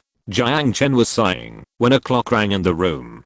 Jiang Chen looked up at the clock on the wall. It was already afternoon. Before he knew it, wasn't it? He had climbed at least dozens of floors. Looking at the tower, thinking about walking down step by step, Jiang Chen's legs couldn't help shaking. He really regretted climbing so high. It's so high, isn't there an elevator? Jiang Chen said as he walked towards the circular hall and the wind tower. After walking around the hall, Jiang Chen really couldn't find the elevator. Fuck, what planet did you invent this on? Monkey Planet? You broken planet. Chapter 348, The 500 Million Windmill. Just as Jiang Chen was cursing the power tower, a beeping sound suddenly came from behind him. Welcome to the windmill power station elevator. Damn, you scared me. Jiang Chen's heart was pounding. He looked back and saw an elevator button on a flat glass. After he pressed it, the glass opened automatically. Jiang Chen walked into the elevator. What surprised him was that the elevator was made of tempered glass, and it was also smart. No wonder he didn't realize that the elevators here were different from those on Earth. Fuck, this high-tech thing actually showed off to me. Jiang Chen pressed the first floor button while talking. The elevator slowly went down. Jiang Chen found that it was really exciting to stand in the elevator and watch the sandstorm. The sandstorm rushed towards the prairie like a tide, but no matter how violent the sandstorm was, it was pushed back when it blew onto the windmill power station. This feeling is as good as the feeling of being very strong but unable to do anything to me. It only took more than 10 seconds to get from dozens of floors to the first floor, and the elevator was very stable, which is incomparable to elevators on Earth. When he reached the first floor, Jiang Chen suddenly found a staircase going down. Jiang Chen was a little curious, so he walked down the stairs. When he reached the first floor underground, Jiang Chen was surprised to find that the first floor underground was actually a huge battery. My god, this super battery actually occupies thousands of square meters. There is also a row of densely packed displays next to the battery. The displays are densely packed with data. If you don't know, you might think it is an alien base. Jiang Chen couldn't understand most of these data, but after all, he was a senior intellectual, and he could barely understand that this was the charging status of the battery. According to the computer's numerical display, in these few hours, the entire super battery has only been charged by less than 1%. You know, there is a strong wind of level 5 or 6 outside. Such a strong wind blows such a large fan. After blowing for so many hours, it is only 1% of the power. Jiang Chen couldn't help but wonder, if this super battery is fully charged, how much electricity can it hold? Enough electricity for 100,000 people for half a year. This is really a good thing. It can store electricity by itself, so that it can save you from running out of electricity in the future. After Jiang Chen finished speaking, he looked at the desert super windmill power station and nodded. It really deserves to be a 500 million yuan windmill. It has to be said that it is awesome. After seeing the awesomeness of the super desert windmill power station, Jiang Chen decided to build 20 such super windmills on the edge of the grassland pasture while he still had money. By then, his electricity will be able to supply the entire Mojiang. No, the entire Xinan. Jiang Chen is not a person who procrastinates. He does what he says. He took his mobile phone and planted 20 windmill power stations on the edge of the grassland. After planting, the 10 billion was spent. These windmills cannot be planted too densely, otherwise, it will have a certain impact on the wind force of the scenic area. 20 windmills are neatly scattered at the edge of the grassland scenic area. After the windmills were planted, it was completely dark. After dark, the desert became extremely cold again. Jiang Chen found that the nights on the grassland were several times colder than those in the wooden town. Jiang Chen looked at the thermometer in the car. The night in the grassland scenic area had reached -20 degrees Celsius. Not only was it cold, but the wind from the desert also brought frozen sand and hit his face, which was really painful. Seeing that it was getting dark, Jiang Chen hurriedly drove back. Before he got halfway, the wind and snow in front of him got stronger. The snowflakes kept hitting the car windows, and soon a thick layer of snow fell on the windshield. What's more annoying is that the snow froze when it fell on the windshield. When the wipers couldn't wipe it, Jiang Chen knew he was trapped. At this time, he was trapped in the deserted grassland. Even if he shouted at the top of his lungs, no one would come to rescue him. Hey, it would be great if the scenic area had a signal. As long as the scenic area had a signal, he could call Guanku, and Guanku would definitely come to rescue him. No, I can't die here. The gas in the car was almost gone, and it was definitely impossible to spend the night in the car. While the blizzard had not completely covered the ground, Jiang Chen decided to find a place to live. Jiang Chen opened the car door and looked around. Although there was snow all around, the grassland was not dark. The light reflected by the snow on the ground shone very far. This place is so familiar. If I'm not mistaken, the Pingyuan River scenic area should be here. Thinking of this, Jiang Chen took a flashlight and shone it around. There was a large flat land in the middle of a rolling snow hill. The flat land extended to the end of the snow. What else could it be but Pingyuan River? Since it is Pingyuan River, there must be a pasture. Let's go and find it. After Jiang Chen finished speaking, he walked towards a small snow mountain in the distance with food on his back and stepped on the snow. The wind and snow were very strong at night, and they became stronger after a few steps. The wind blew on his body, and it was freezing. Not only that, Jiang Chen found that his trouser legs were also wet. This is not a good sign. When night comes, the grassland scenic area may reach -30 degrees Celsius. If he can't find a place to live, he may freeze to death in the grassland. Even if he doesn't freeze to death here, his legs will definitely not be saved. Damn it, I can't become a cripple. I haven't conquered the desert yet. It's a pity to die like this. In the night, Jiang Chen sat on the knee-deep snow. He looked at the sky and a snowflake fell on his cheek. At this moment, there was no other sound on the silent grassland, except the sound of snowflakes falling. Jiang Chen suddenly remembered a lot of things. He was thinking, is Yi Ran living well in the United States? Will Zhu Chang, the bastard, really find someone to harass her? And Nana, if he died, the sandstorm would eventually destroy the cactus forest, and then the wooden house town would be hard to survive. Jiang Chen even thought of Fatty Wang. He brought him out of Wanjiang village, and suffered a lot in the desert. He has only enjoyed a few days of happiness, and he will die in the desert with him. It's really pitiful to think about it. The coldness on his feet was getting stronger and stronger. The snowy mountain in the distance was still very far away. Jiang Chen didn't know if he could reach the destination. He also didn't know if there was a pasture on the other side of the mountain. If not, he would be dead if he walked to the snowy mountain. Should I go forward or go back to the car? If I go forward, if my memory is wrong, I might freeze to death in the snow today. But if I don't go forward, it will be just as bad to stay in the car. The oil in the car will run out, and I will still freeze to death in the car before dawn. Whoosh! The strong wind blew again, and the snow on the ground, blown by the wind, instantly covered Jiang Chen. Jiang Chen struggled to climb out of the wind and snow. He looked at the hillside in the distance, and gritted his teeth. He shouldn't give up, even if there was a little hope ahead. Thinking of this, Jiang Chen patted his clothes, stepped on the snow, and walked towards the snowy mountain step by step. When he was almost next to the snowy mountain, his whole body had lost consciousness, and only his mind was urging him to keep moving forward. Even so, Jiang Chen still insisted on reaching the snow mountain. Standing on the mountain, Jiang Chen saw a little light in the snow. Yes, his guess was correct. That was the Pingyuan River Ranch. Chapter 349. God will not protect anyone.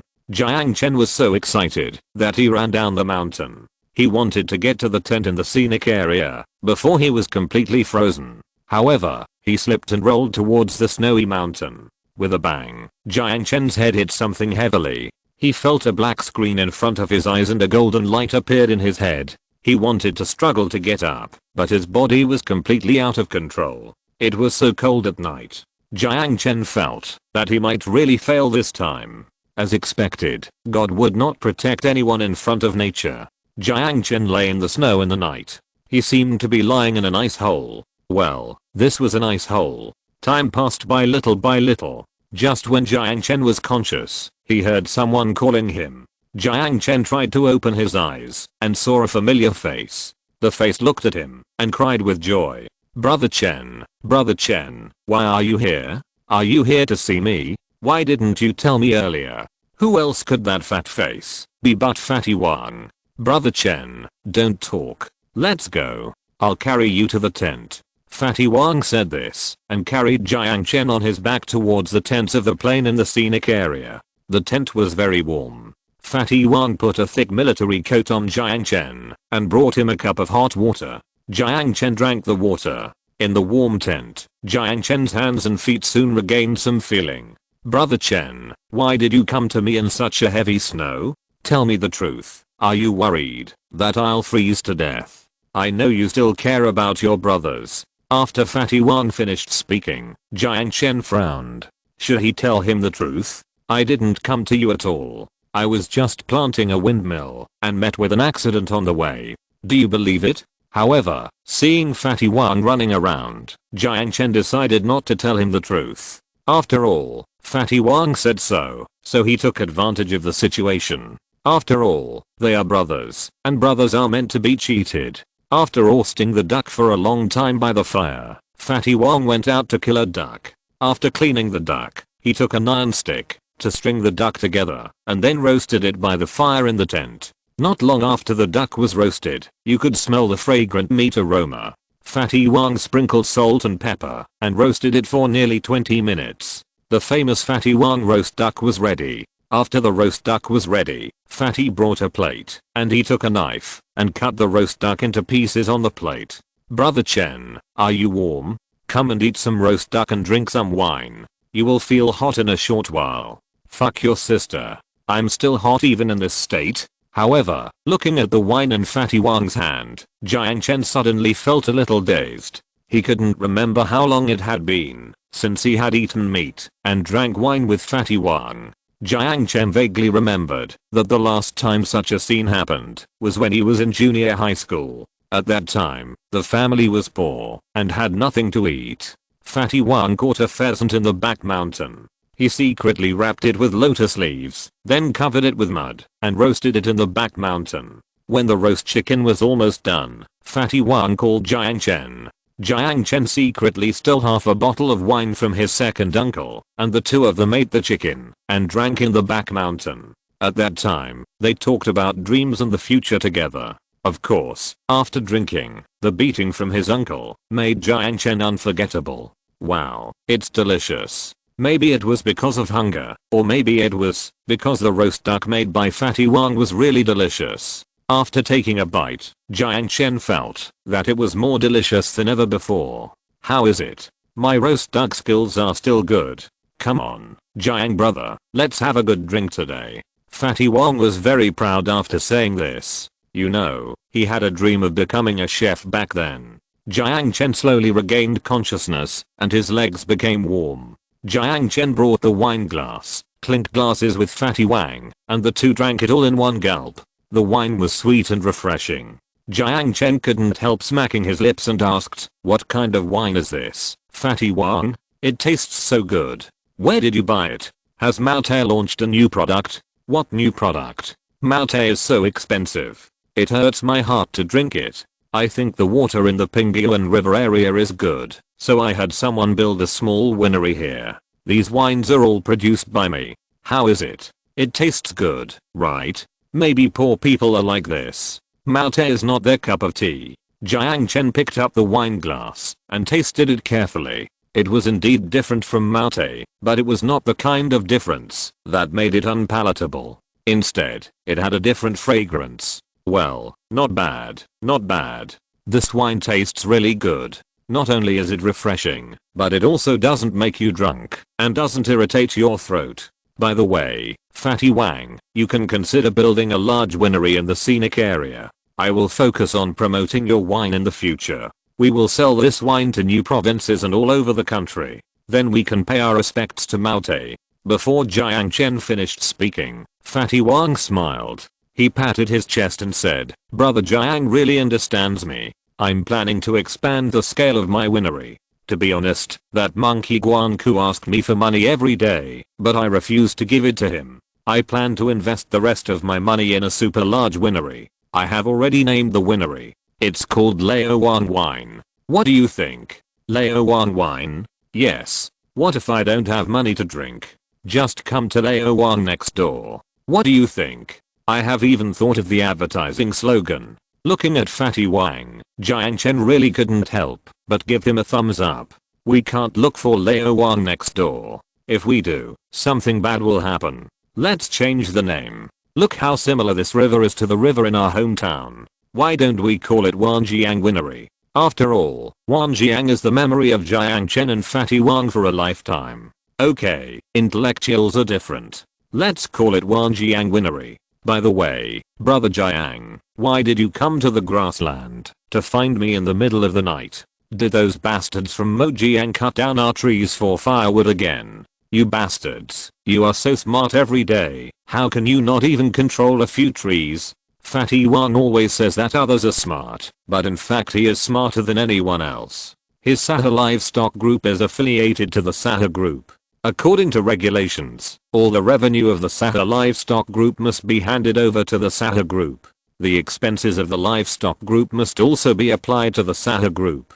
But Fatty Wang is different. Not only does he occupy a super large grassland scenic area, but he also intercepts money every day. Every time the Sahara group asks him for money, he runs into the desert and no one can find him. He never went to meetings. He let Vice President La go to fight. Not only that, every time Sahara group had a project, he was more active than anyone else. When Guanku talked to him, Wang Pangzi would say that this desert was built by me and brother Jiang, and you can't control me. Guanku also complained to Jiang Chen, but Jiang Chen only talked to Wang Pangzi. After all, Jiang Chen also counted on the money in Wang Pangzi's hand every day. Every time Wang Pangzi saved up a lot of money, Jiang Chen would try every means to get his money into his own pocket. This is called the mantis stalks the cicada, while the oriole is behind. It's okay. It was so snowy at night. I couldn't find you in the cafeteria. I thought you were frozen to death, so I came to find you.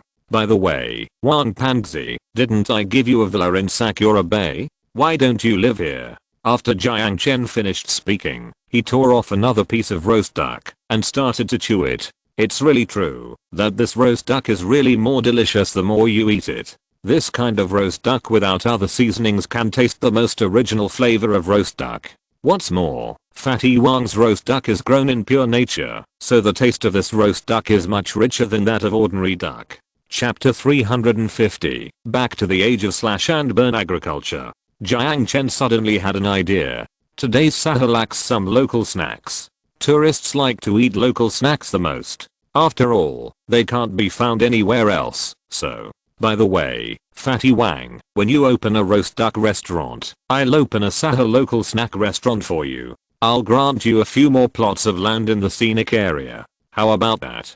Do you want to try it? After Jiang Chen finished speaking, Fatty Wang thought for a while and said, I definitely have to give it a try. By the way, brother Chen, I'm also planning to open a barbecue restaurant. In addition, I've also prepared a fried chicken restaurant, a mutton soup restaurant, and so on. My livestock group has so much meat. It's better to open a store and make money than to sell it to others. There are also many tourists in Sahara scenic area. When the number of people is high, the number of people in his grassland scenic area can reach more than 20,000 people every day. His grassland scenic area is not like the inland scenic areas, where tourists can choose from many restaurants. But in his grassland scenic area, if they don't choose to eat grass, they can only eat what he cooks. Then why don't you just build a catering group? Then you can also run restaurants, hotels, fast food, and all kinds of food related things.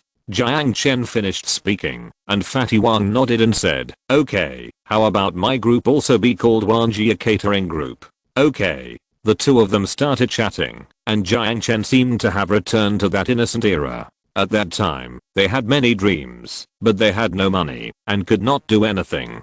And others would laugh at them. After all, they were the poorest people in the village. Not to mention others, even Jiang Chen's second uncle pointed at Jiang Chen and said, you are a bastard, what can you do? After a few glasses of wine, Jiang Chen felt extremely hot. He took off his coat, picked up the roast duck, and ate another duck leg, before he burped for a long time. By the way, Fatty Wang, you haven't told me why you came back yet? Jiang Chen finished speaking, and Fatty Wang pulled Jiang Chen's arm and said, come on, brother, I'll take you to see something. Fatty Wang said, and took Jiang Chen out. Pushing open the door of the yurt, a gust of cold wind blew over, and Jiang Chen sobered up instantly. It's really cold, let's go back, and put on some clothes before going out. The two returned to the yurt, put on thick military coats, and then walked out of the yurt again. There was a particularly large barn next to the yurt. These barns were all made of mud. At this moment, the mud wall was still lit. After walking in the wind and snow for more than 10 minutes, the two came to the door of the barn. Jiang Chen took off his goggles and looked into the barn. The barn was full of big yellow cattle grazing leisurely. It was more than 20 degrees below zero outside, but these cattle seemed to be unaware. Fatty Wang, why are there so many cows? There were at least hundreds of cows in this barn. The barn was clean and tidy inside. The air conditioner was turned on, and a lot of hay was piled up on both sides of the barn. Yes, all the other cows have been sold, but I can't bear to sell these big yellow cattle. When we were young, our family was poor, and we didn't even have cows to plow the fields. At that time, I thought that, when I had money, I would raise a large group of cows, and now it has come true. Today, Fatty Wang's dream has come true, but looking at these cows, Jiang Chen said, you can't just raise them for the rest of your life. We couldn't afford cows when we were young, but now we all have money, don't we? Yes, I plan to raise them for the rest of my life. Brother Jiang, these yellow cattle were bought from Wanjiang. After spring is over, I will plant dozens of acres of land in the grassland. At that time, I will use cows to plow the fields, people to spread fertilizers, and flatbed trucks to pull wheat. When Fatty Wang said this, Jiang Chen also recalled his childhood. When they were young, they lived a backward life. There were no tractors in their place, and they had to use cows to do everything. Cows were everything to them. Well, many people have money now, and mechanization has become popular. People have long passed the era of slash and burn farming. When I think about it, I really miss my childhood. Yes, Brother Chen, now rich people want to find some memories. I want to build a Wanjiang village of childhood memories in the grassland. I want to bring all our fellow villagers over, and I want to move all the houses in our village when I was a child to Wanjiang village. Although this is a thankless job, Fatty Wang is determined to do it. Maybe this is a special hobby that every rich man has. However, it is also a good tourist project to find childhood memories from Wanjiang village and let people experience the memories of that era again. At least Jiang Chen thinks so. Coming out of the cowshed, Fatty Wang took Jiang Chen to see his duck pen, where there are still hundreds of ducks. Fatty Wang stayed alone in the ranch of Pingyuan River scenic area. Rather than saying that he is not afraid of death, it is better to say that he really can't give up his feelings for Wanjiang. At night, Jiang Chen had a very strange dream. He dreamed that the golden wheat was ripe. During the day, he followed the old ox and watched the old ox pull the stone roller to grind the wheat ears. In the evening, he followed his grandmother to pick wheat ears in the wheat field. His grandmother would always exchange the wheat ears he picked for delicious big watermelons. At night, he lay in the wheat field with his father to watch the wheat, and when he looked up, he could see the starry sky. After waking up, he wiped his eyes in the morning. He thought of the old woman with a hunched back. She had been busy all her life, and had never had a good day. It was this old woman who pulled him up little by little. But now that he has grown up, she has left. Jiang Chen wished he could travel through time and return to her side. He would give her the dishes in the bowl, pick up all the wheat in the wheat field, finish all the work he could do, and then talk to her when the sun was warm. But all this was just wishful thinking.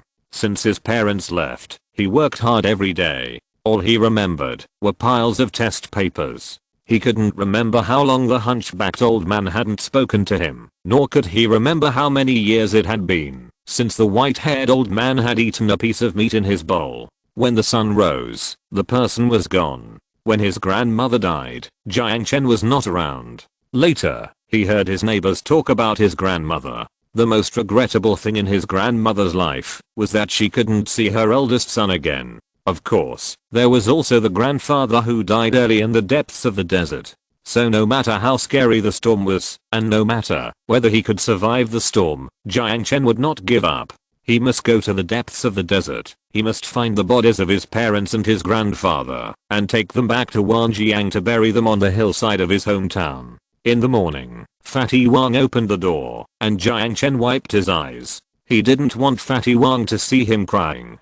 Brother Chen, do you still keep your promise to me last night? I really want to move our Wanjiang village to the grassland scenic area. I estimated yesterday that it won't take much land, and it won't destroy much grassland. It's a yes. By the way, remember to build my house sturdily. I will come back to live there. After Jiang Chen finished speaking, Fatty Wang excitedly threw Jiang Chen up and said, I said that Brother Jiang will definitely support me. Unlike that monkey spirit, he tells me every day that we can't build houses or farm on the grassland. What's wrong with me farming a little? What does it have to do with him? He doesn't come to the grassland many times a year, and he still cares about my grassland affairs every day. End of this chapter.